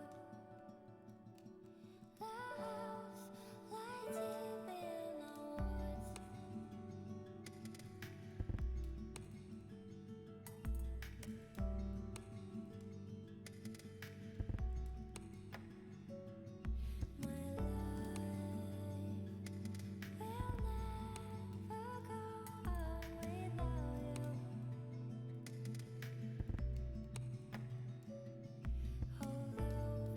My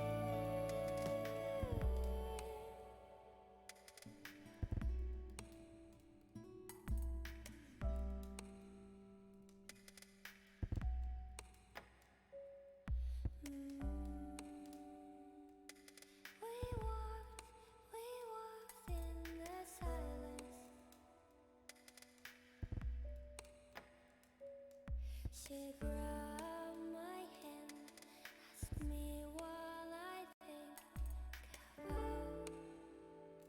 But you know what? You know.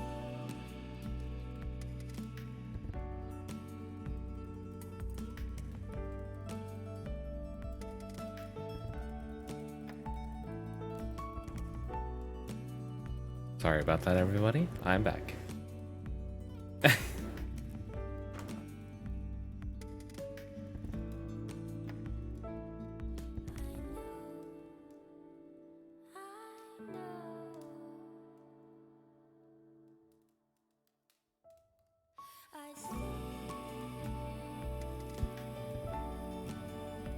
Okay.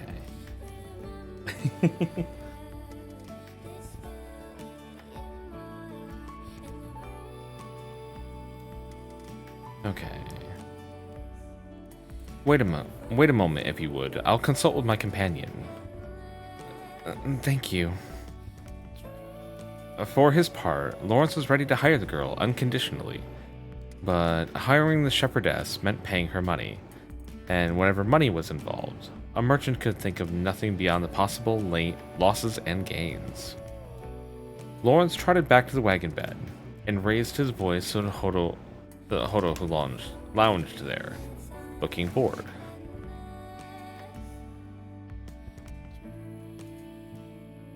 If he wanted to know about a shepherd's ability to repel wolves, he thought his best bet would be to ask the nearest wolf. What do you think of the shepherdess? Hodo rubbed her eyes lazily and looked at the girl. Lawrence did likewise. The shepherdess did not return their gaze as she gave orders to her dog.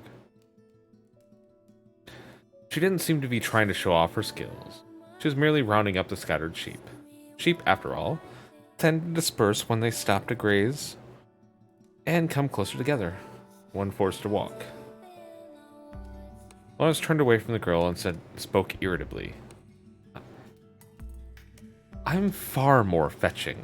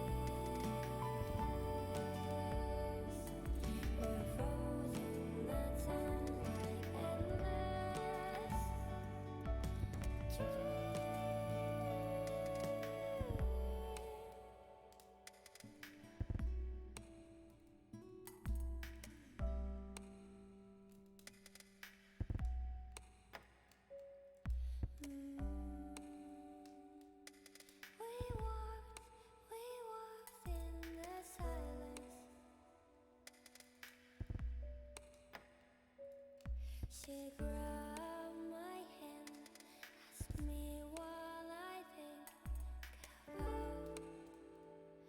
But you know what? You know. Sorry about that. Knocked something over and had to clean it.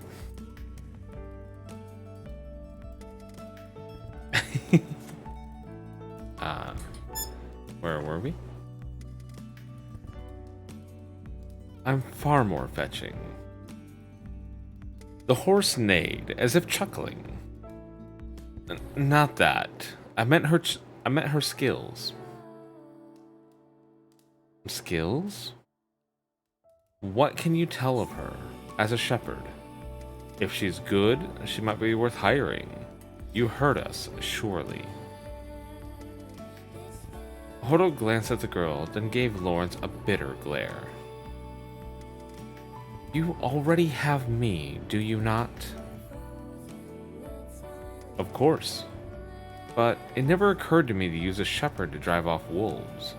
There could be new business in it. Hodo the wise wolf could tell when a person was lying. Despite the truth of Lawrence's statement, she still regarded him with suspicious eyes. Lawrence soon understood why.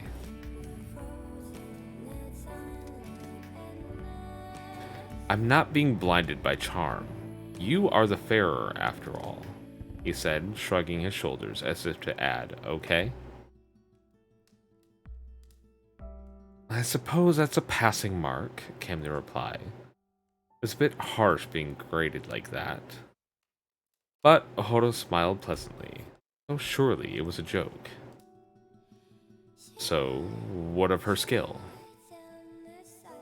Hodo's face was instantly tense again.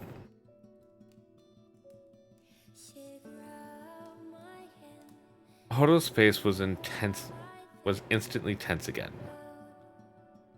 I cannot say for certain without seeing her in action, but I suppose she'd be in the top half. Can you be a bit more concrete?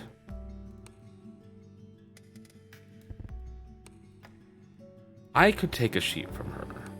However, normal wolves would be dealt with, even if they attacked together. It was an unexpectedly high appraisal. Her treatment of the sheep is very proficient. The worst shepherds are the ones with clever dogs who know how to cooperate with them.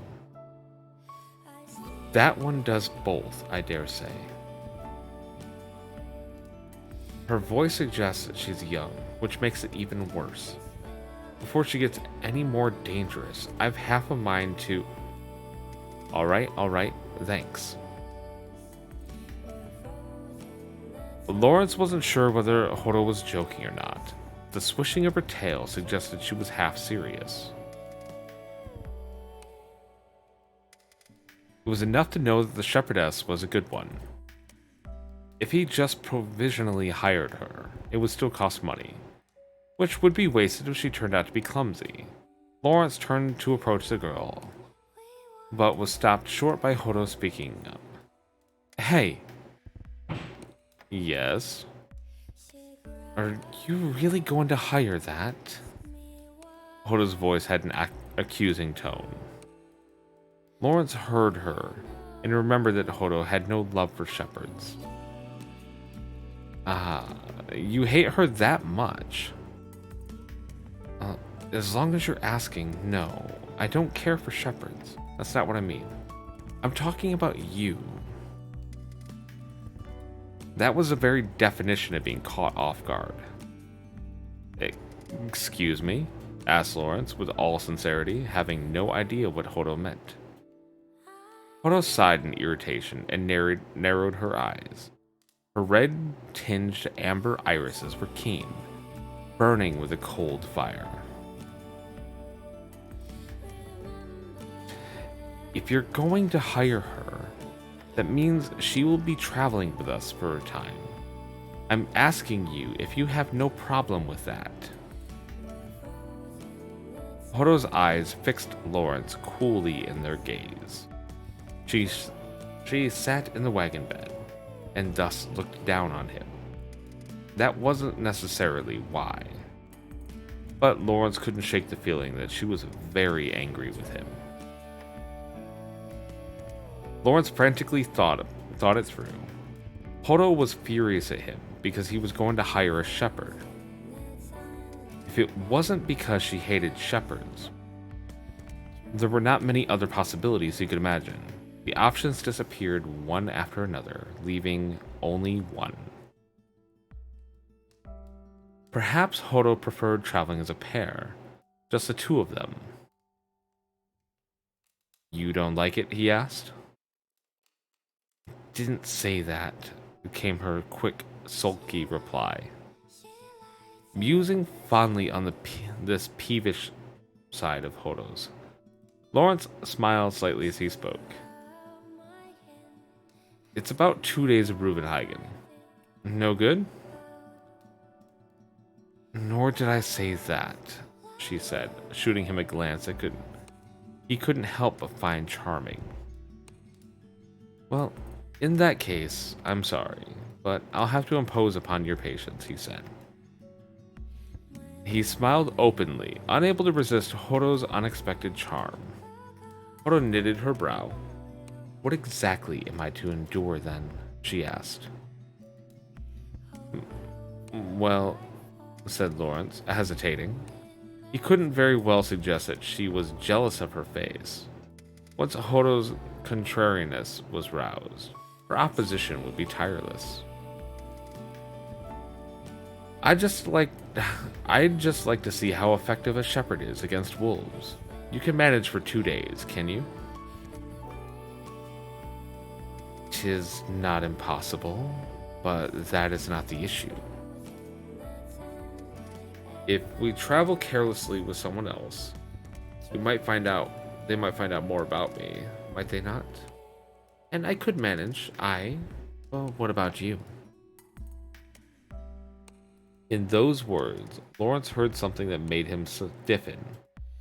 was not his imagination, nor was it some grandiose thing. And even the shepherdess, some distance away, cocked her head as she looked on. Of course, that was it. That was the other possibility. How had he overlooked it? He wished the sudden cold sweat that broke out all over him would wash away his mistake.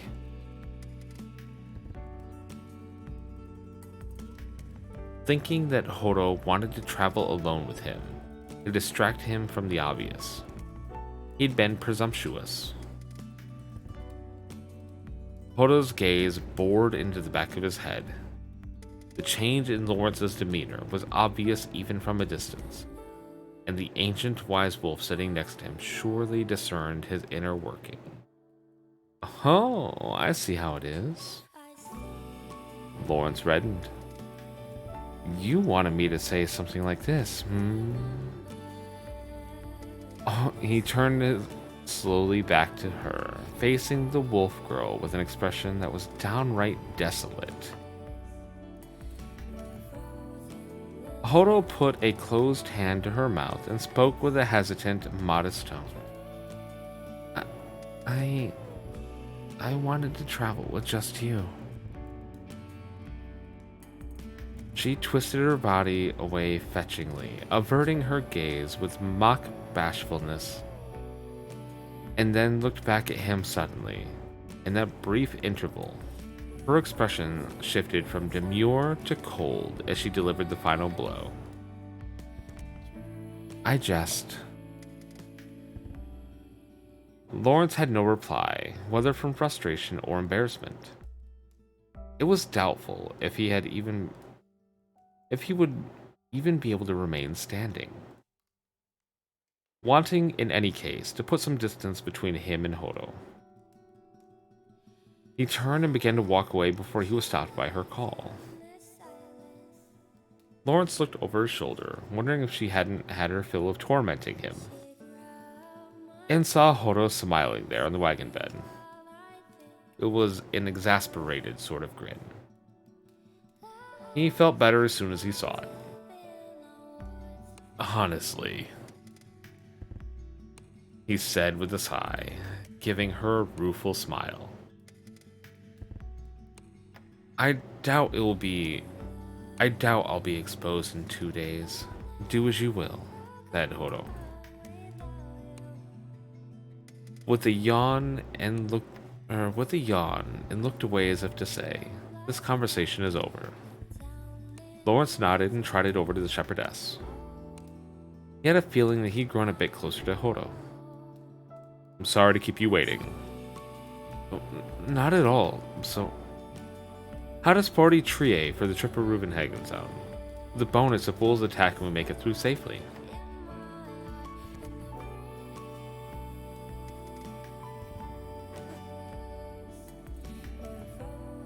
Lawrence wondered if she would refuse, since the conversation with Horo had wasted some time. The shepherdess's mouth hung open for a minute, but eventually Lawrence's words seemed to sink in. She nodded hastily. Yes, please.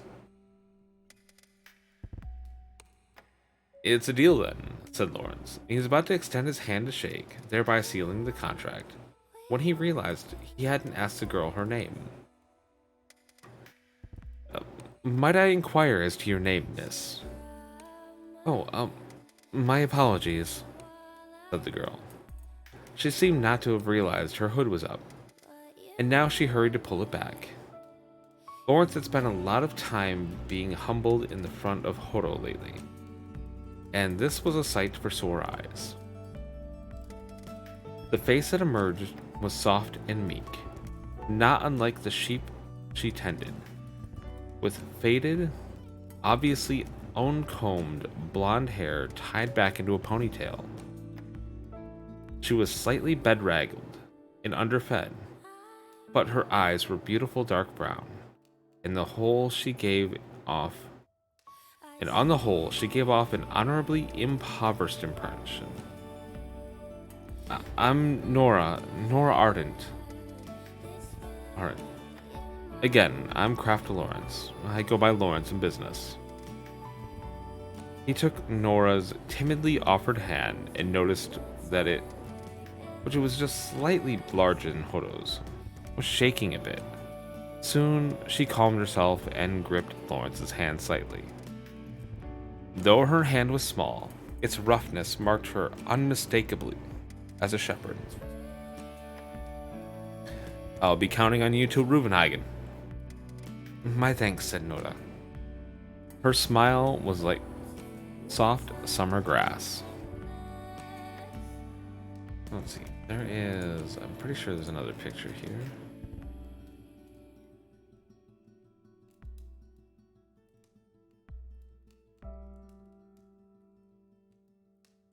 For those of you who want to see what she looks like in color.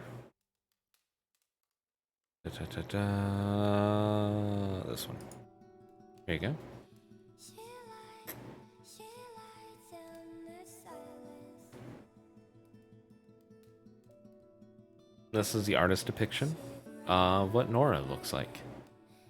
Me what I think about. Love's light deep in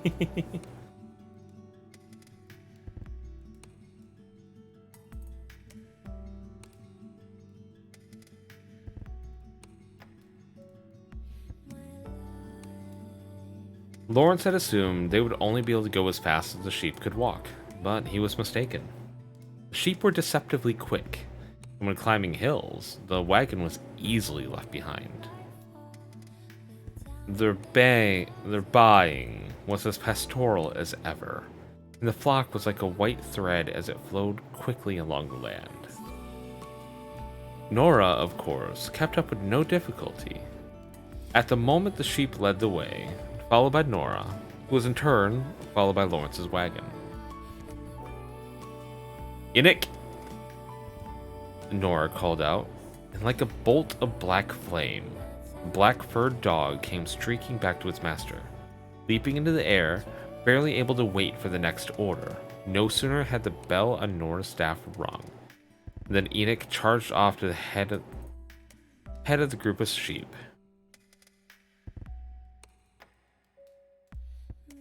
Lawrence didn't know much about shepherds, but he could tell that Nora's sheepdog handling was clearly excellent. The rapport she enjoyed with Enoch was not gained in a single day. But Enoch did not seem like a young dog. Nora couldn't have been more than 17 or 18 herself, so perhaps her parents had been shepherds and the sheepdog was her inheritance? His merchant curiosity was obvious. So, Nora, you... Yes? Have you been a shepherd long? After hearing Lawrence's question, Nora gave her bell one long ring, then slowed her pace and came up along the wagon's right side. Otto napped on the left edge of the wagon bed. Just 4 years now. I see.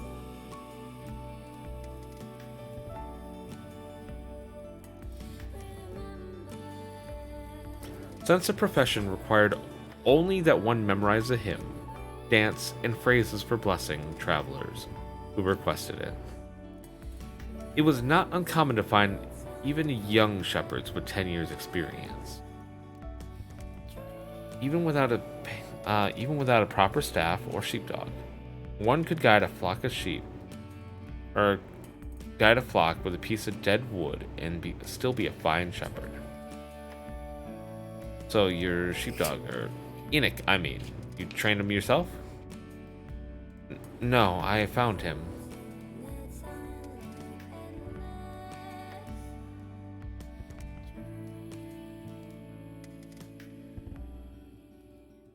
It was an unusual answer.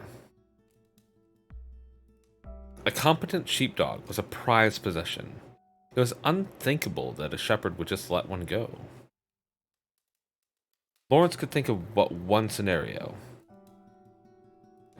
Its former master must have retired, leaving the dog to another. Oh, okay, Omniwolf, take care, man. Thank you for lurking. She grabbed my hand, asked me what I think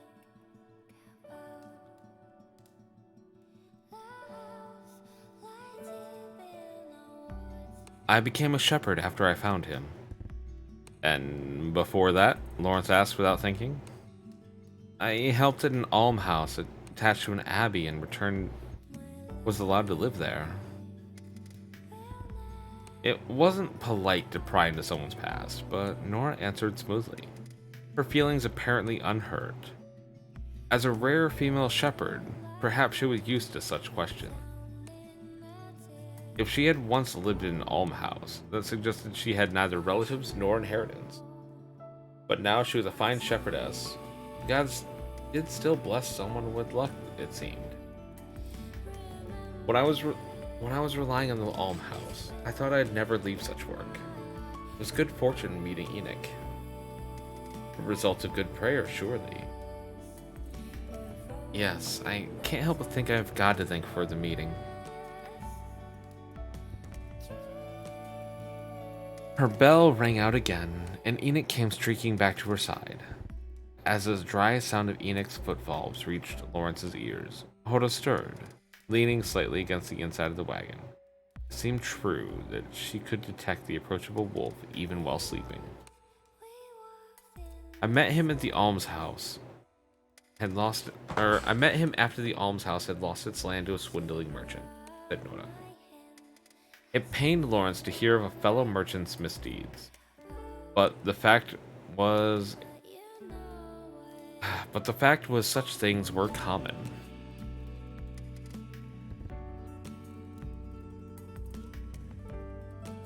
When I found him, he was in a sad state, covered in wounds, continued Nora. From wolves? Hoda seemed to twitch. Perhaps she was only feigning sleep. No, I think it was brigands or mercenaries. There weren't wolves in the area. He was wandering about the base of the hill with the staff in his mouth. I see. Enoch barked his pleasure at having his head patted. Undoubtedly, the dog hadn't been the only one wandering half dead at the foot of that hill. Most of those who were driven from an almshouse would likely have died from hunger. The bond between the girl and dog, they had suffered great hardship together, was no superficial thing. And the life of a shepherd was lonely and mean. Enoch was surely a welcome companion.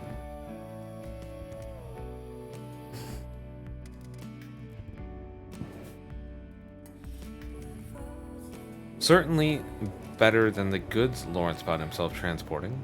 Horses, too, were poor conversationalists. Still, this is the first time I've had a shepherd offer their services as an escort.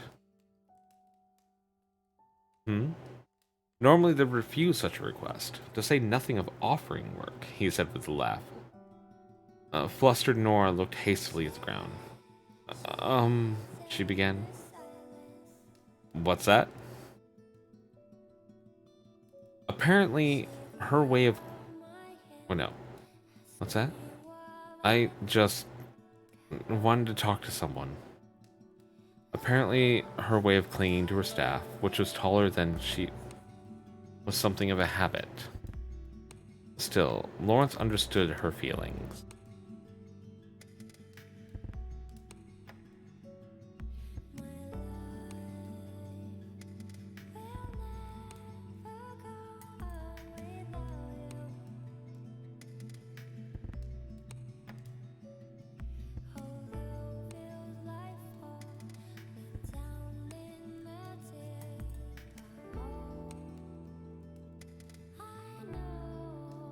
Outside of townspeople, those who did not find themselves stricken by loneliness were few. Although there was one other thing, the girl continued, her demeanor brightened as she looked up. I'd like to become a dressmaker.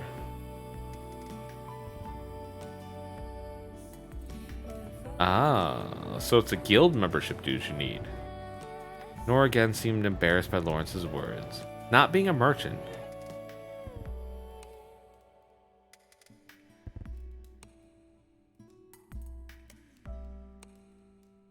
Fucking hell. Thank you for the head pat.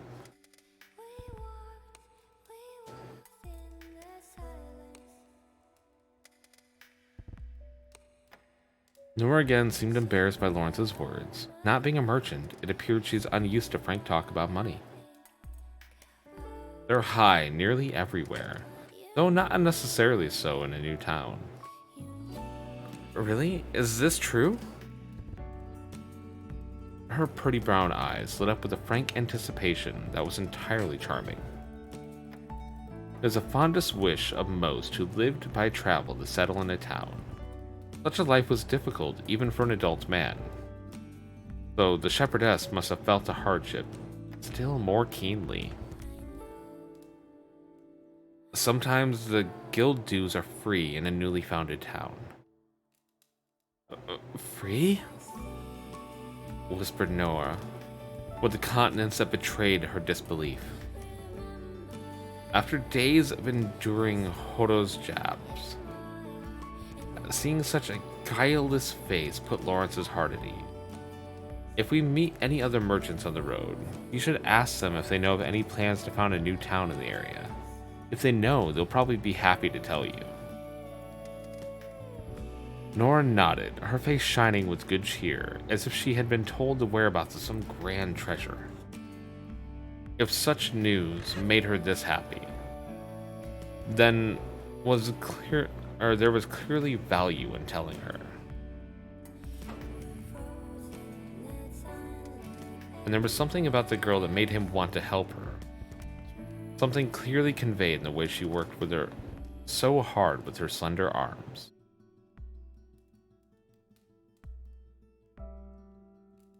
He found himself wishing that the wolf nearby, who could make a sly old merchant into her plaything with a single word, would take a page out of the shepherdess's book.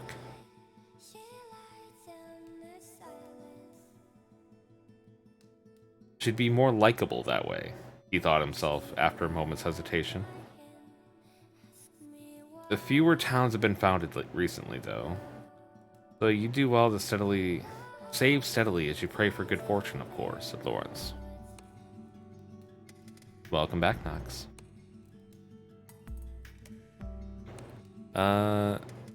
The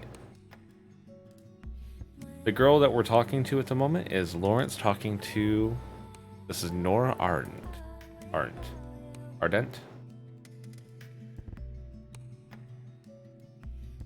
So. She's a shepherdess.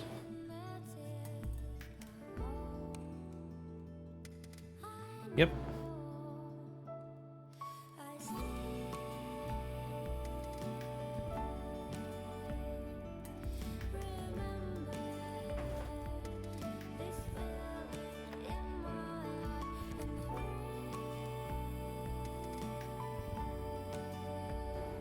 Yeah, let's see. Yes, God can become angry if you rely on him too much. He thought the girl was serious, so her joking took him by surprise. If Hodo hadn't been sleeping behind him, he would have invited her to sit in the driver's seat.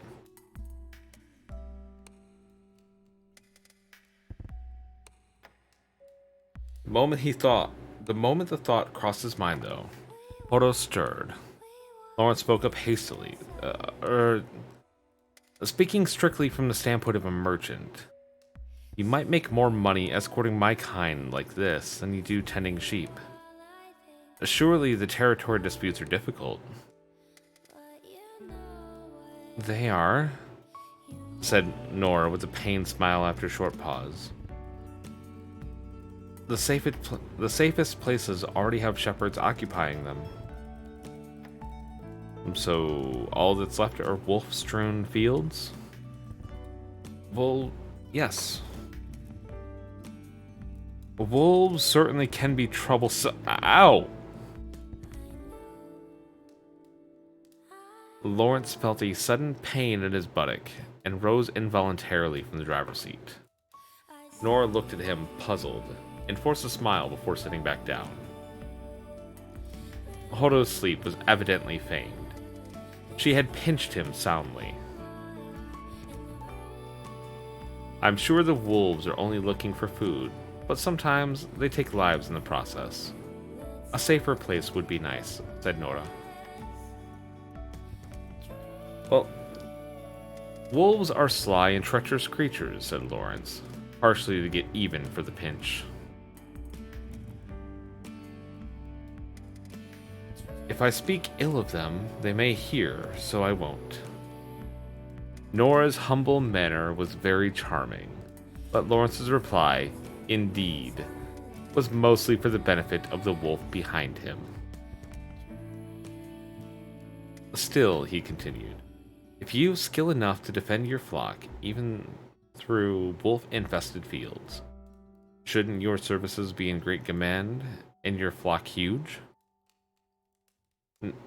No, it's only by the grace of God that I remain safe. And I'm thankful to have any work at all. A huge flock, I just couldn't. Perhaps she was just being modest, but it seemed as though there was something else behind her sad smile. Lawrence couldn't think of many possibilities. Was she dissatisfied with her employer? Though he knew it wasn't healthy, Lawrence's inquisitive nature voiced itself again. Well, maybe your employer has no eyes for the skill. Mayhap it's time for a change. Shepherds, after all, were merchants too. It's only natural they should seek more favorable conditions. Oh, I couldn't possibly, gasped Nora, taken aback. It didn't seem like she was protesting out of fear of being heard. She was sincere. My apologies. I am sorry. As a merchant, I'm always thinking of gains and losses. No, it's all right, said Nora, as if surprised by her own outspokenness. She began. Yes. I was wondering, do people change their employers often? It was a strange question. Well, yes, I think it's normal if one is unsatisfied with one's term of employment. I see. When she talked like this, it sounded as if she was somehow dissatisfied. Yet, Nora's total shock at the suggestion of her changing those terms implied that she found the very idea outrageous. If that was the case, one might deduce the identity of her employer. She had no relatives, so finding someone who would entrust her or his sheep to her would be difficult. Even the stoutest shepherd would expect to lose 2 sheep for every 10 they herded, and such was an acceptable loss. It'd be normal for someone to worry about a seemingly frail girl able to even bring back half the flock. Given that, whoever hired Nora had to be someone motivated by charity rather than self-interest. In other words, if you don't mind my asking, is your employer by any chance the church? Nora's expression was so stunned that Lawrence was glad he had seen it. How did you... Call it a merchant secret, said Lawrence with a laugh. Hodo stomped her foot lightly. Don't get cocky, she seemed to be saying. Well, yes, I received my flock from the priest of the church, but if it's the church, you should have no problems getting your work, or with your work. You found yourself a good employer.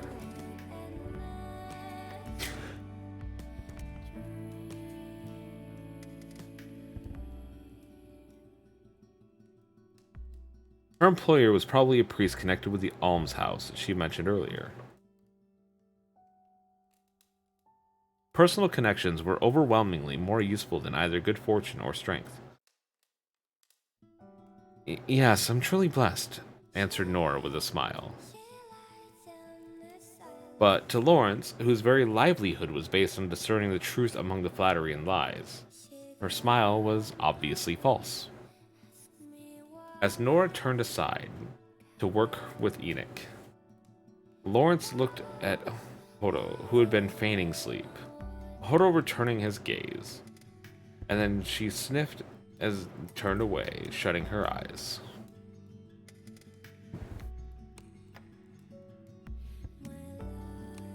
If she'd spoken, she would have likely said something like, "I've no sympathy at all." "They've entrusted me with a flock," said Nora, "and they've aided me in many other ways." She spoke as if to remind herself of the fact it was pitiable to see it end.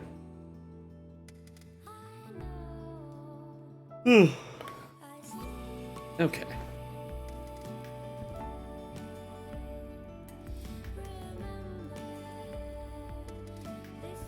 She spoke as if to remind herself of the fact.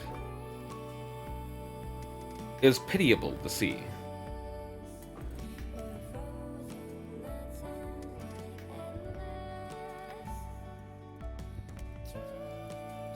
The reason for Nora's downcast expression was clear.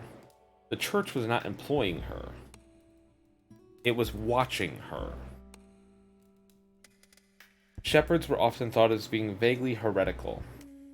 They weathered constant accusations of being the devil's hand. Ugh.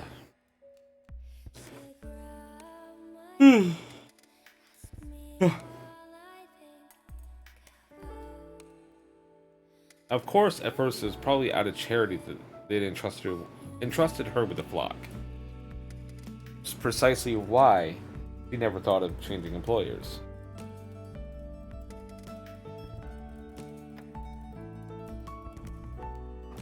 Shepherds were often thought as being vaguely heretical. They weathered constant accusations of being the devil's hands. It was far from strange to be ever suspicious of the church. Come to doubt the wild accusation of a church.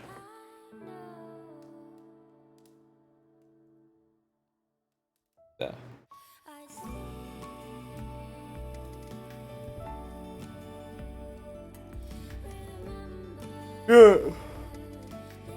You're yawning and losing your spot mid-yawn. Okay. The weather constant accusations being the devil's hands, so it's far from strange that the ever-suspicious church would come to doubt a falsely accused woman who took such a job. All the more so when she excelled at it. It was just more evidence of pagan magic. Even the most oblivious person would eventually notice such suspicion.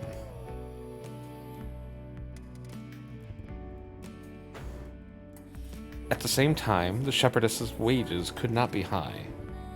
She worked hard for her meager pay. There would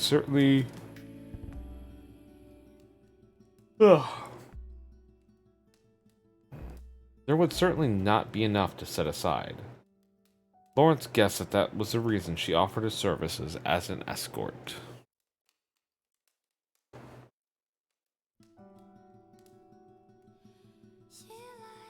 I'm so close to the end of the chapter.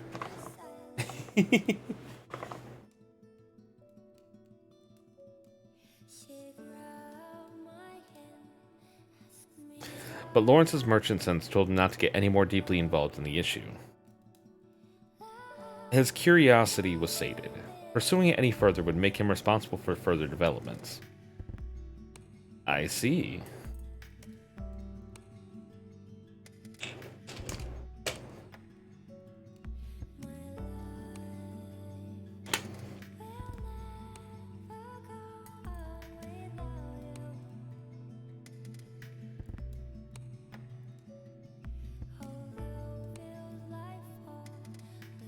I dare say you need not worry about finding a different employer.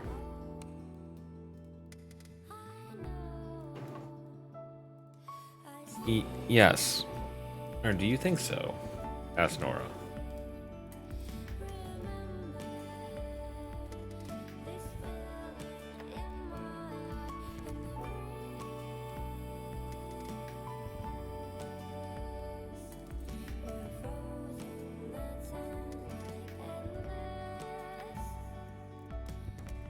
Yes.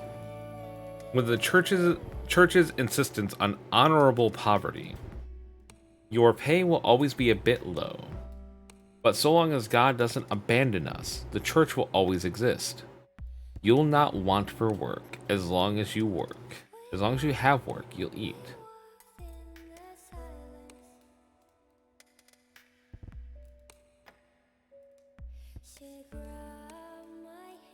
Isn't that something to be thankful for? Having roused her concerns and suggested changing employers, Lawrence knew that the hard fact was nobody would hire a shepherd who'd caught the eye of the church. It wouldn't do for his actions to rob a lone girl of her livelihood. Lawrence wasn't lying in any case, and Nora seemed to accept it. She nodded several times, slowly. I suppose so, she agreed. It was true that having a job, any job, was good, but hope was important too. Lawrence cleared his throat and spoke cheerfully as he could manage. Anyway, I've many acquaintances in Rubenhagen, so we'll try asking if there's any merchants that might need protection from wolves. After all, God never said anything about leaving a nice little sideline, eh?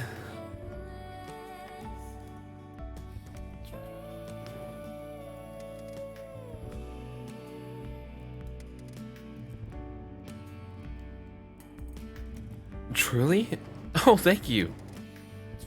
Nora's face lit up so brilliantly that Lawrence couldn't help but feel a bit smitten.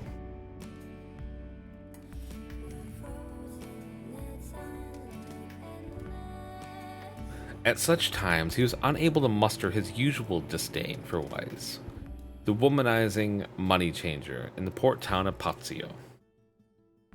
But Nora was not a town girl, nor was she an artisan girl or a shop girl.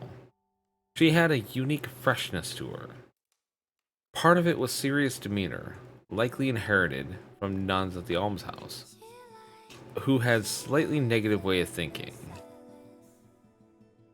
as if to try to oppress their feelings. Nora seemed to have taken that unpleasant tendency and replaced it with something else. It didn't take a womanizer to notice it. Lawrence was willing to bet that Enoch, who even now wagged his tail at Nora, was a male. Settling in a town is a dream of those who live by travel, after all.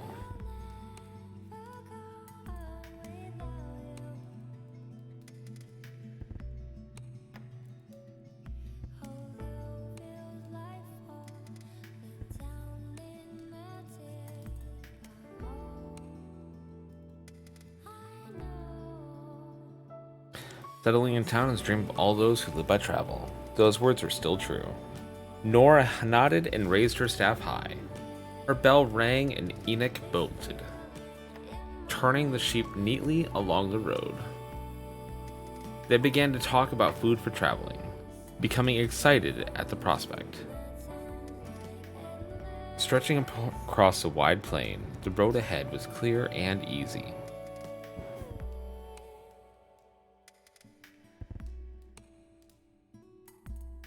Shepherd's nights come early. They decide where to camp well before the sun sets. We're already curled up to sleep most times. Ugh, fuck.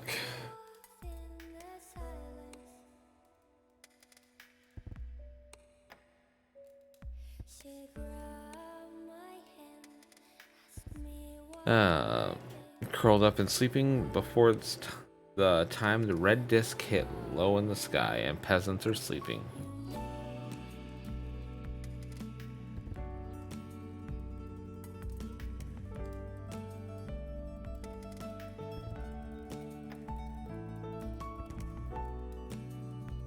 Let's see. Sleeping by the time its red disk is low in the sky and peasants are heading home from the fields. They then rose again once the sun is down and roads free of traffic. And then they passed the night with their dogs, watching over the flock.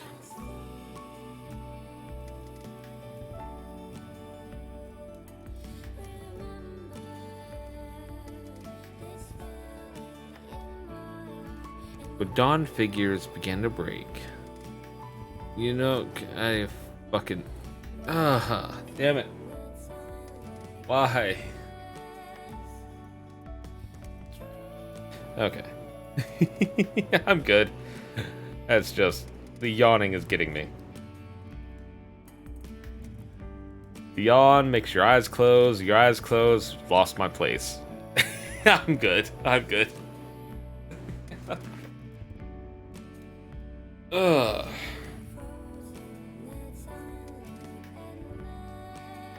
Get some rest. I'll get some rest a little bit later.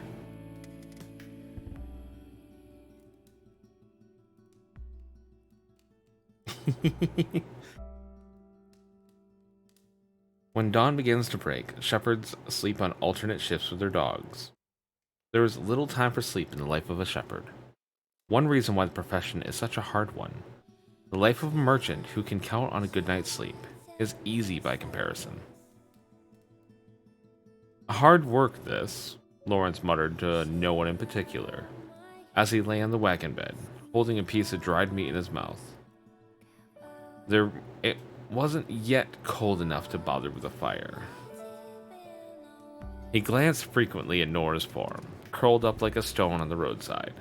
He'd offered her the wagon bed, but she had begged off, saying this is how she always slept, before laying down in the meager padding provided by the grass.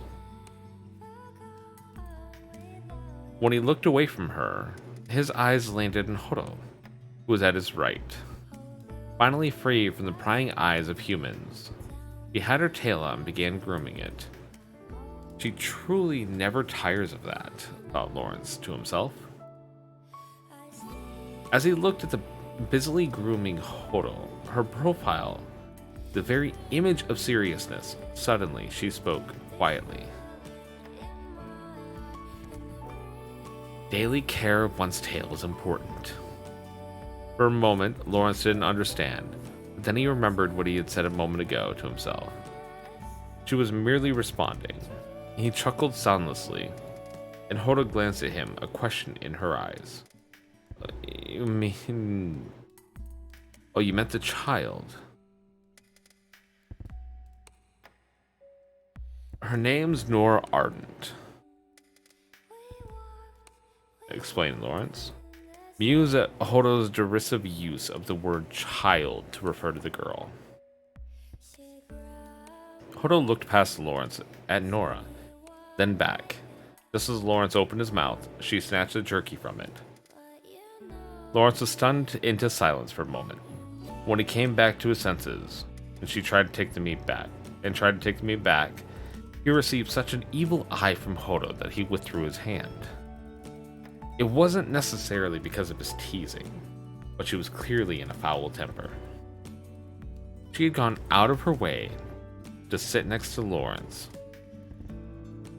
as she groomed her tail, so presumably the object of her anger wasn't him. The source of her bad mood was obvious, really. Look, I did ask you, said Lawrence. And it sounded like an excuse. Horo sniffed in irritation. Can't even groom my tail in peace. Why don't you do it in the wagon bed?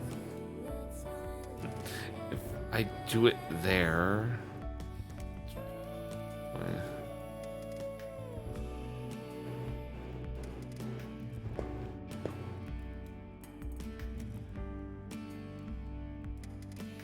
If you do it there, what?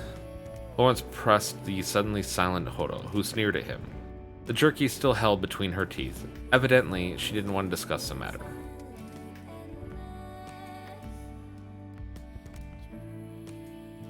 Lawrence wanted to know what she was going to say. But if he pushed any further, she would become genuinely angry. He looked away from Horo, whose wounded horse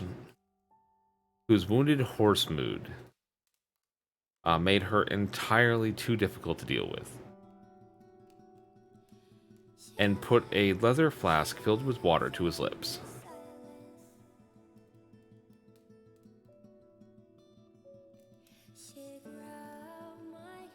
Lawrence had just managed to stop thinking of her as the sun set.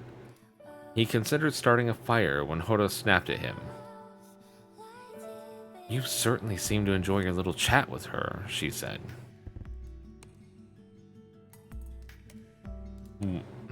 With Nora? Hodo still had the stolen jerky in her mouth as she looked down at her tail. But her proud tail was obviously not what was on her mind. She wanted to talk. I didn't have any reason to refuse, did I? Apparently, the indulgence of a wise wolf was not so broad as to forgive pleasant conversation with a hated shepherd. Hodo had pretended to sleep the entire time. Nora had glanced at Hodo and seemed inclined to engage the girl, who, after all, appeared to be roughly her age, in conversation, but had stopped at asking her name. If Hodo wanted to speak to Nora, there had been opportunities aplenty.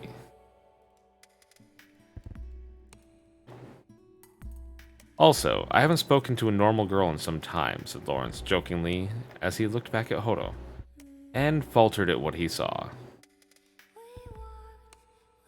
Hodo's expression had completely changed, but it was nothing like the tears of jealousy he'd hoped to see. She looked at him with nothing less than pity.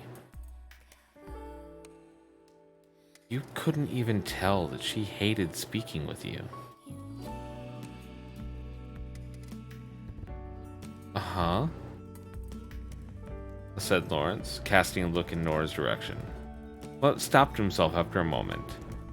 As a merchant, he couldn't help falling for the same trick twice. Or he couldn't keep falling for the same trick twice.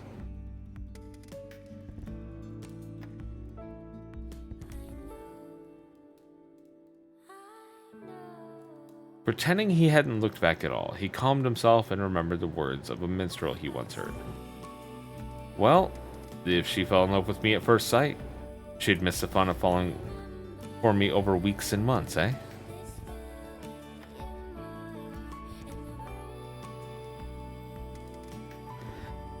Lawrence hadn't been convinced by this statement when he'd first heard it, but saying it now lent it a kind of conviction. Perhaps it really was more fun to fall in love gradually, rather than all at once. But apparently it was too much for Hodo. Her mouth dropped open in shock, and the piece of jerky fell onto the floor. I have some wit myself, eh? Said Lawrence. He said it to get a laugh out of Hodo, but was also half serious. As soon as she heard it, the wave that hit Hodo had become a tsunami on its way back, and she exploded with laughter.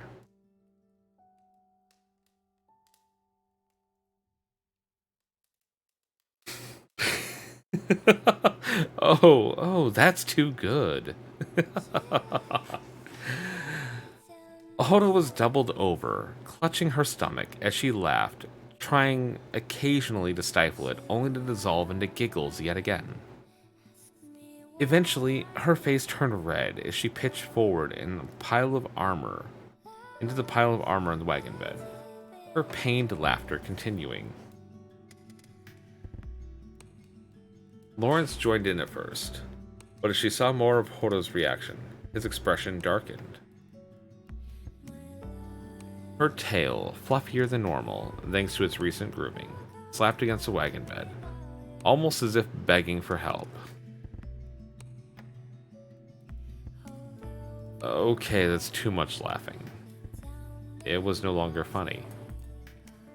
Ye gods, Lawrence muttered, taking another drink from the water flask, as if to wash down both the irritation of being laughed at, as well as the embarrassment he now felt for quoting a minstrel of all things. Phew. Oh my, that was amusing. Are you quite done? Inquired Lawrence with a sigh, looking off to the sun that now sank into the horizon. He didn't much feel like looking at Hodo, mistake or not. That was quite the trump card you had there. Out of the corner of his eye, Lawrence saw Hodo nestled atop the pile of armor, her laughter-fatigued face angled toward him. It was as though she was exhausted after an all-out sprint. Well, not as long as you're happy now. No matter how much she hated shepherds, Hodo's foul temper had been a bit too foul, Lawrence felt. It was hard to imagine that she was actually jealous of the conversation he had with the girl. Nor was it true that she had absolutely no opportunity to groom her tail.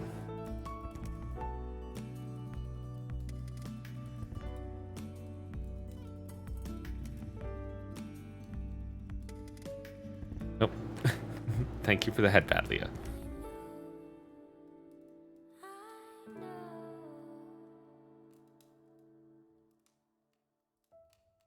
Let's see.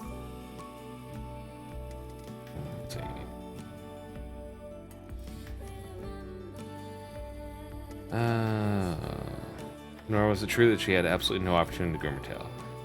For a moment, he wondered if it was simple shyness, but then he recalled their first meeting and decided that was entirely impossible. Happy?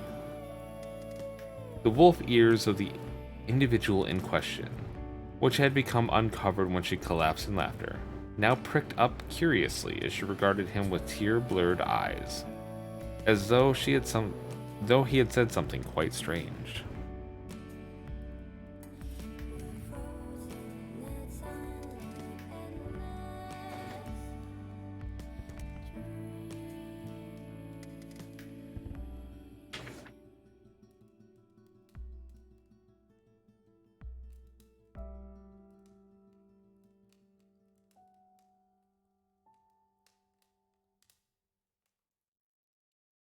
Let's see. You were in a foul temper earlier, because you couldn't tend to your tail, you said. She seemed to remember something. Oh, quite, she said, her face calm. She hauled herself up off the cargo, then plopped herself back down, wiping the tears from the corner of her eyes. Looking at her now, Lawrence thought she could not care less about whether or not she had sufficient opportunity for tail grooming. Had that just been an excuse to vent her irritation about something else entirely? It can't be helped. It can't be helped, she said. The tip of her tail slapped lightly against the floor of the wagon. Anyway, your trump card made me laugh so hard that I turned giddy, said Hodo, chuckling at the memory. She then looked outside the wagon. Is the child not cold, I wonder? Her observation brought Lawrence back to the present. The sun was mostly down, the sky was darkening blue. He had best build a fire. He had heard that shepherds don't generally build fires, though that was because they had to watch over and chase down their sheep, not out of any particular resistance to cold. Lawrence mused on this as he looked at Nora, curled up on the grass's paltry cushion. He felt a sudden movement near his mouth as he turned to find Hodo thrusting a piece of jerky in his direction. Payment for your services as a gesture. Only one piece of jerky for such laughter. Oh, you don't want it? Taunted Hodo, amused. Despite his embarrassment, Lawrence decided to accept the offering. But his teeth closed on air.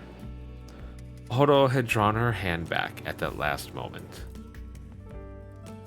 The wise wolf snickered. Lawrence realized that going up against her was a fool's errand. If she decided to be so childish, he could only ignore her. If he didn't build a fire soon, they would all be eating dinner in the cold.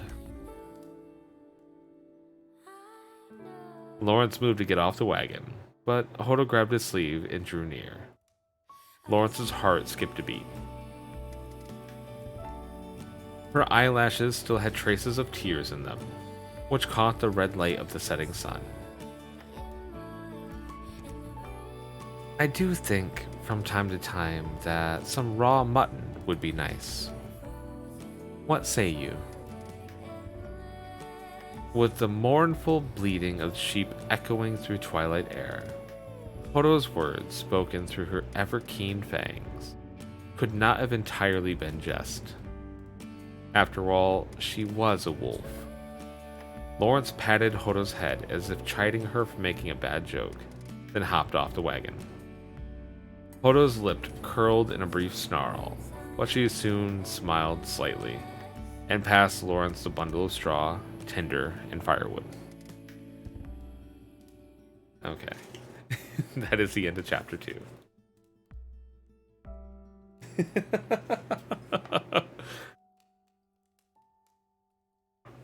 Oh. I hope that thing played. She lights in the silence. She grabbed my hand, asked me what I think about the house light deep in our woods. Knox. You have so many saves in your mom. Do you have them say, or are you able to look at the file's age, the date of the file?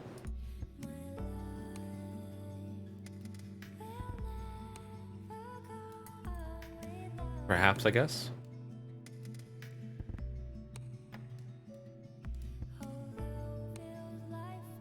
Oh. Oh.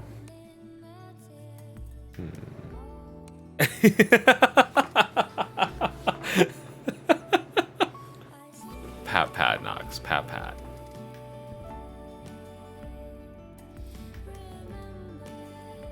Oh, wait a minute. I know who. I think I know who we can raid because she's still awake at the moment. I think she's about to go to sleep, though.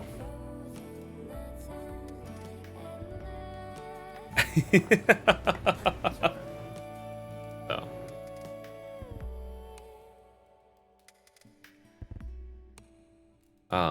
Let's still a little over 3 hours. That's not too bad for.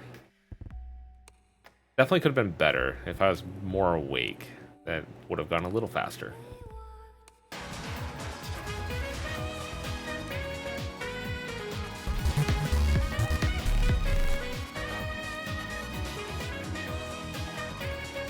Well, that is a third name I'm going to have to add in the little tweet after this, because I was literally getting ready to end.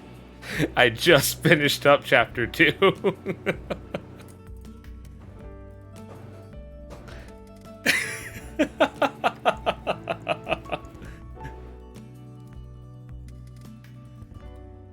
So.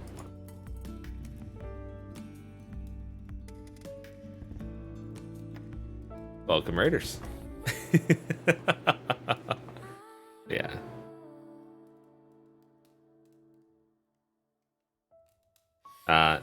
Nope, no caps here. But still. I want the mentats.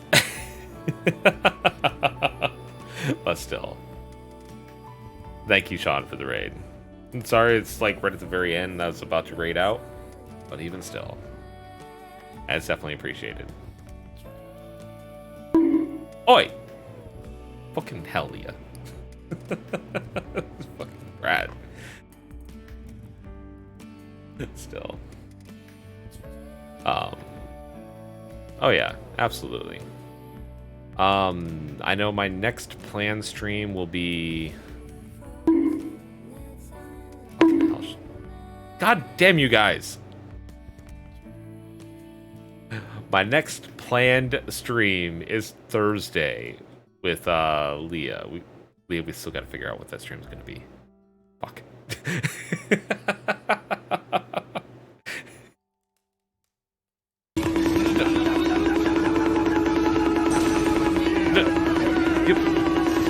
Oh.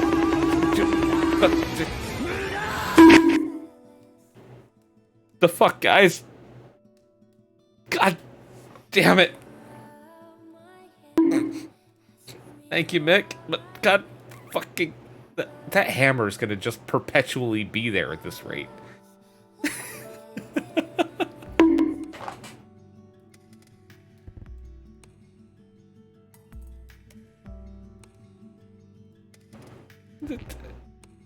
Oh. Yeah. Fucking brats. A lot of you. Okay. Let's go say hi to Chili.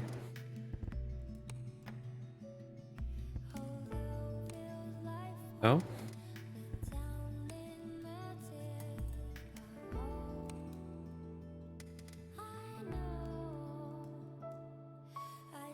There we go. But for everybody who was here, I hope you enjoyed it. I hope you had a good time. So seriously, thank you for... It's really fun doing this, and I'm glad there's a demand for it. So, as I said, the next planned stream will be Thursday. So anything else that happens between now and then will be a little bonus. So, hopefully see you all later. May you take care and have a great day, night, whatever it might be for y'all. And until next time, let's go send her love to Chili, because she's fucking awesome and she deserves it. Ever so close to getting partner. Bye, everybody. And boop.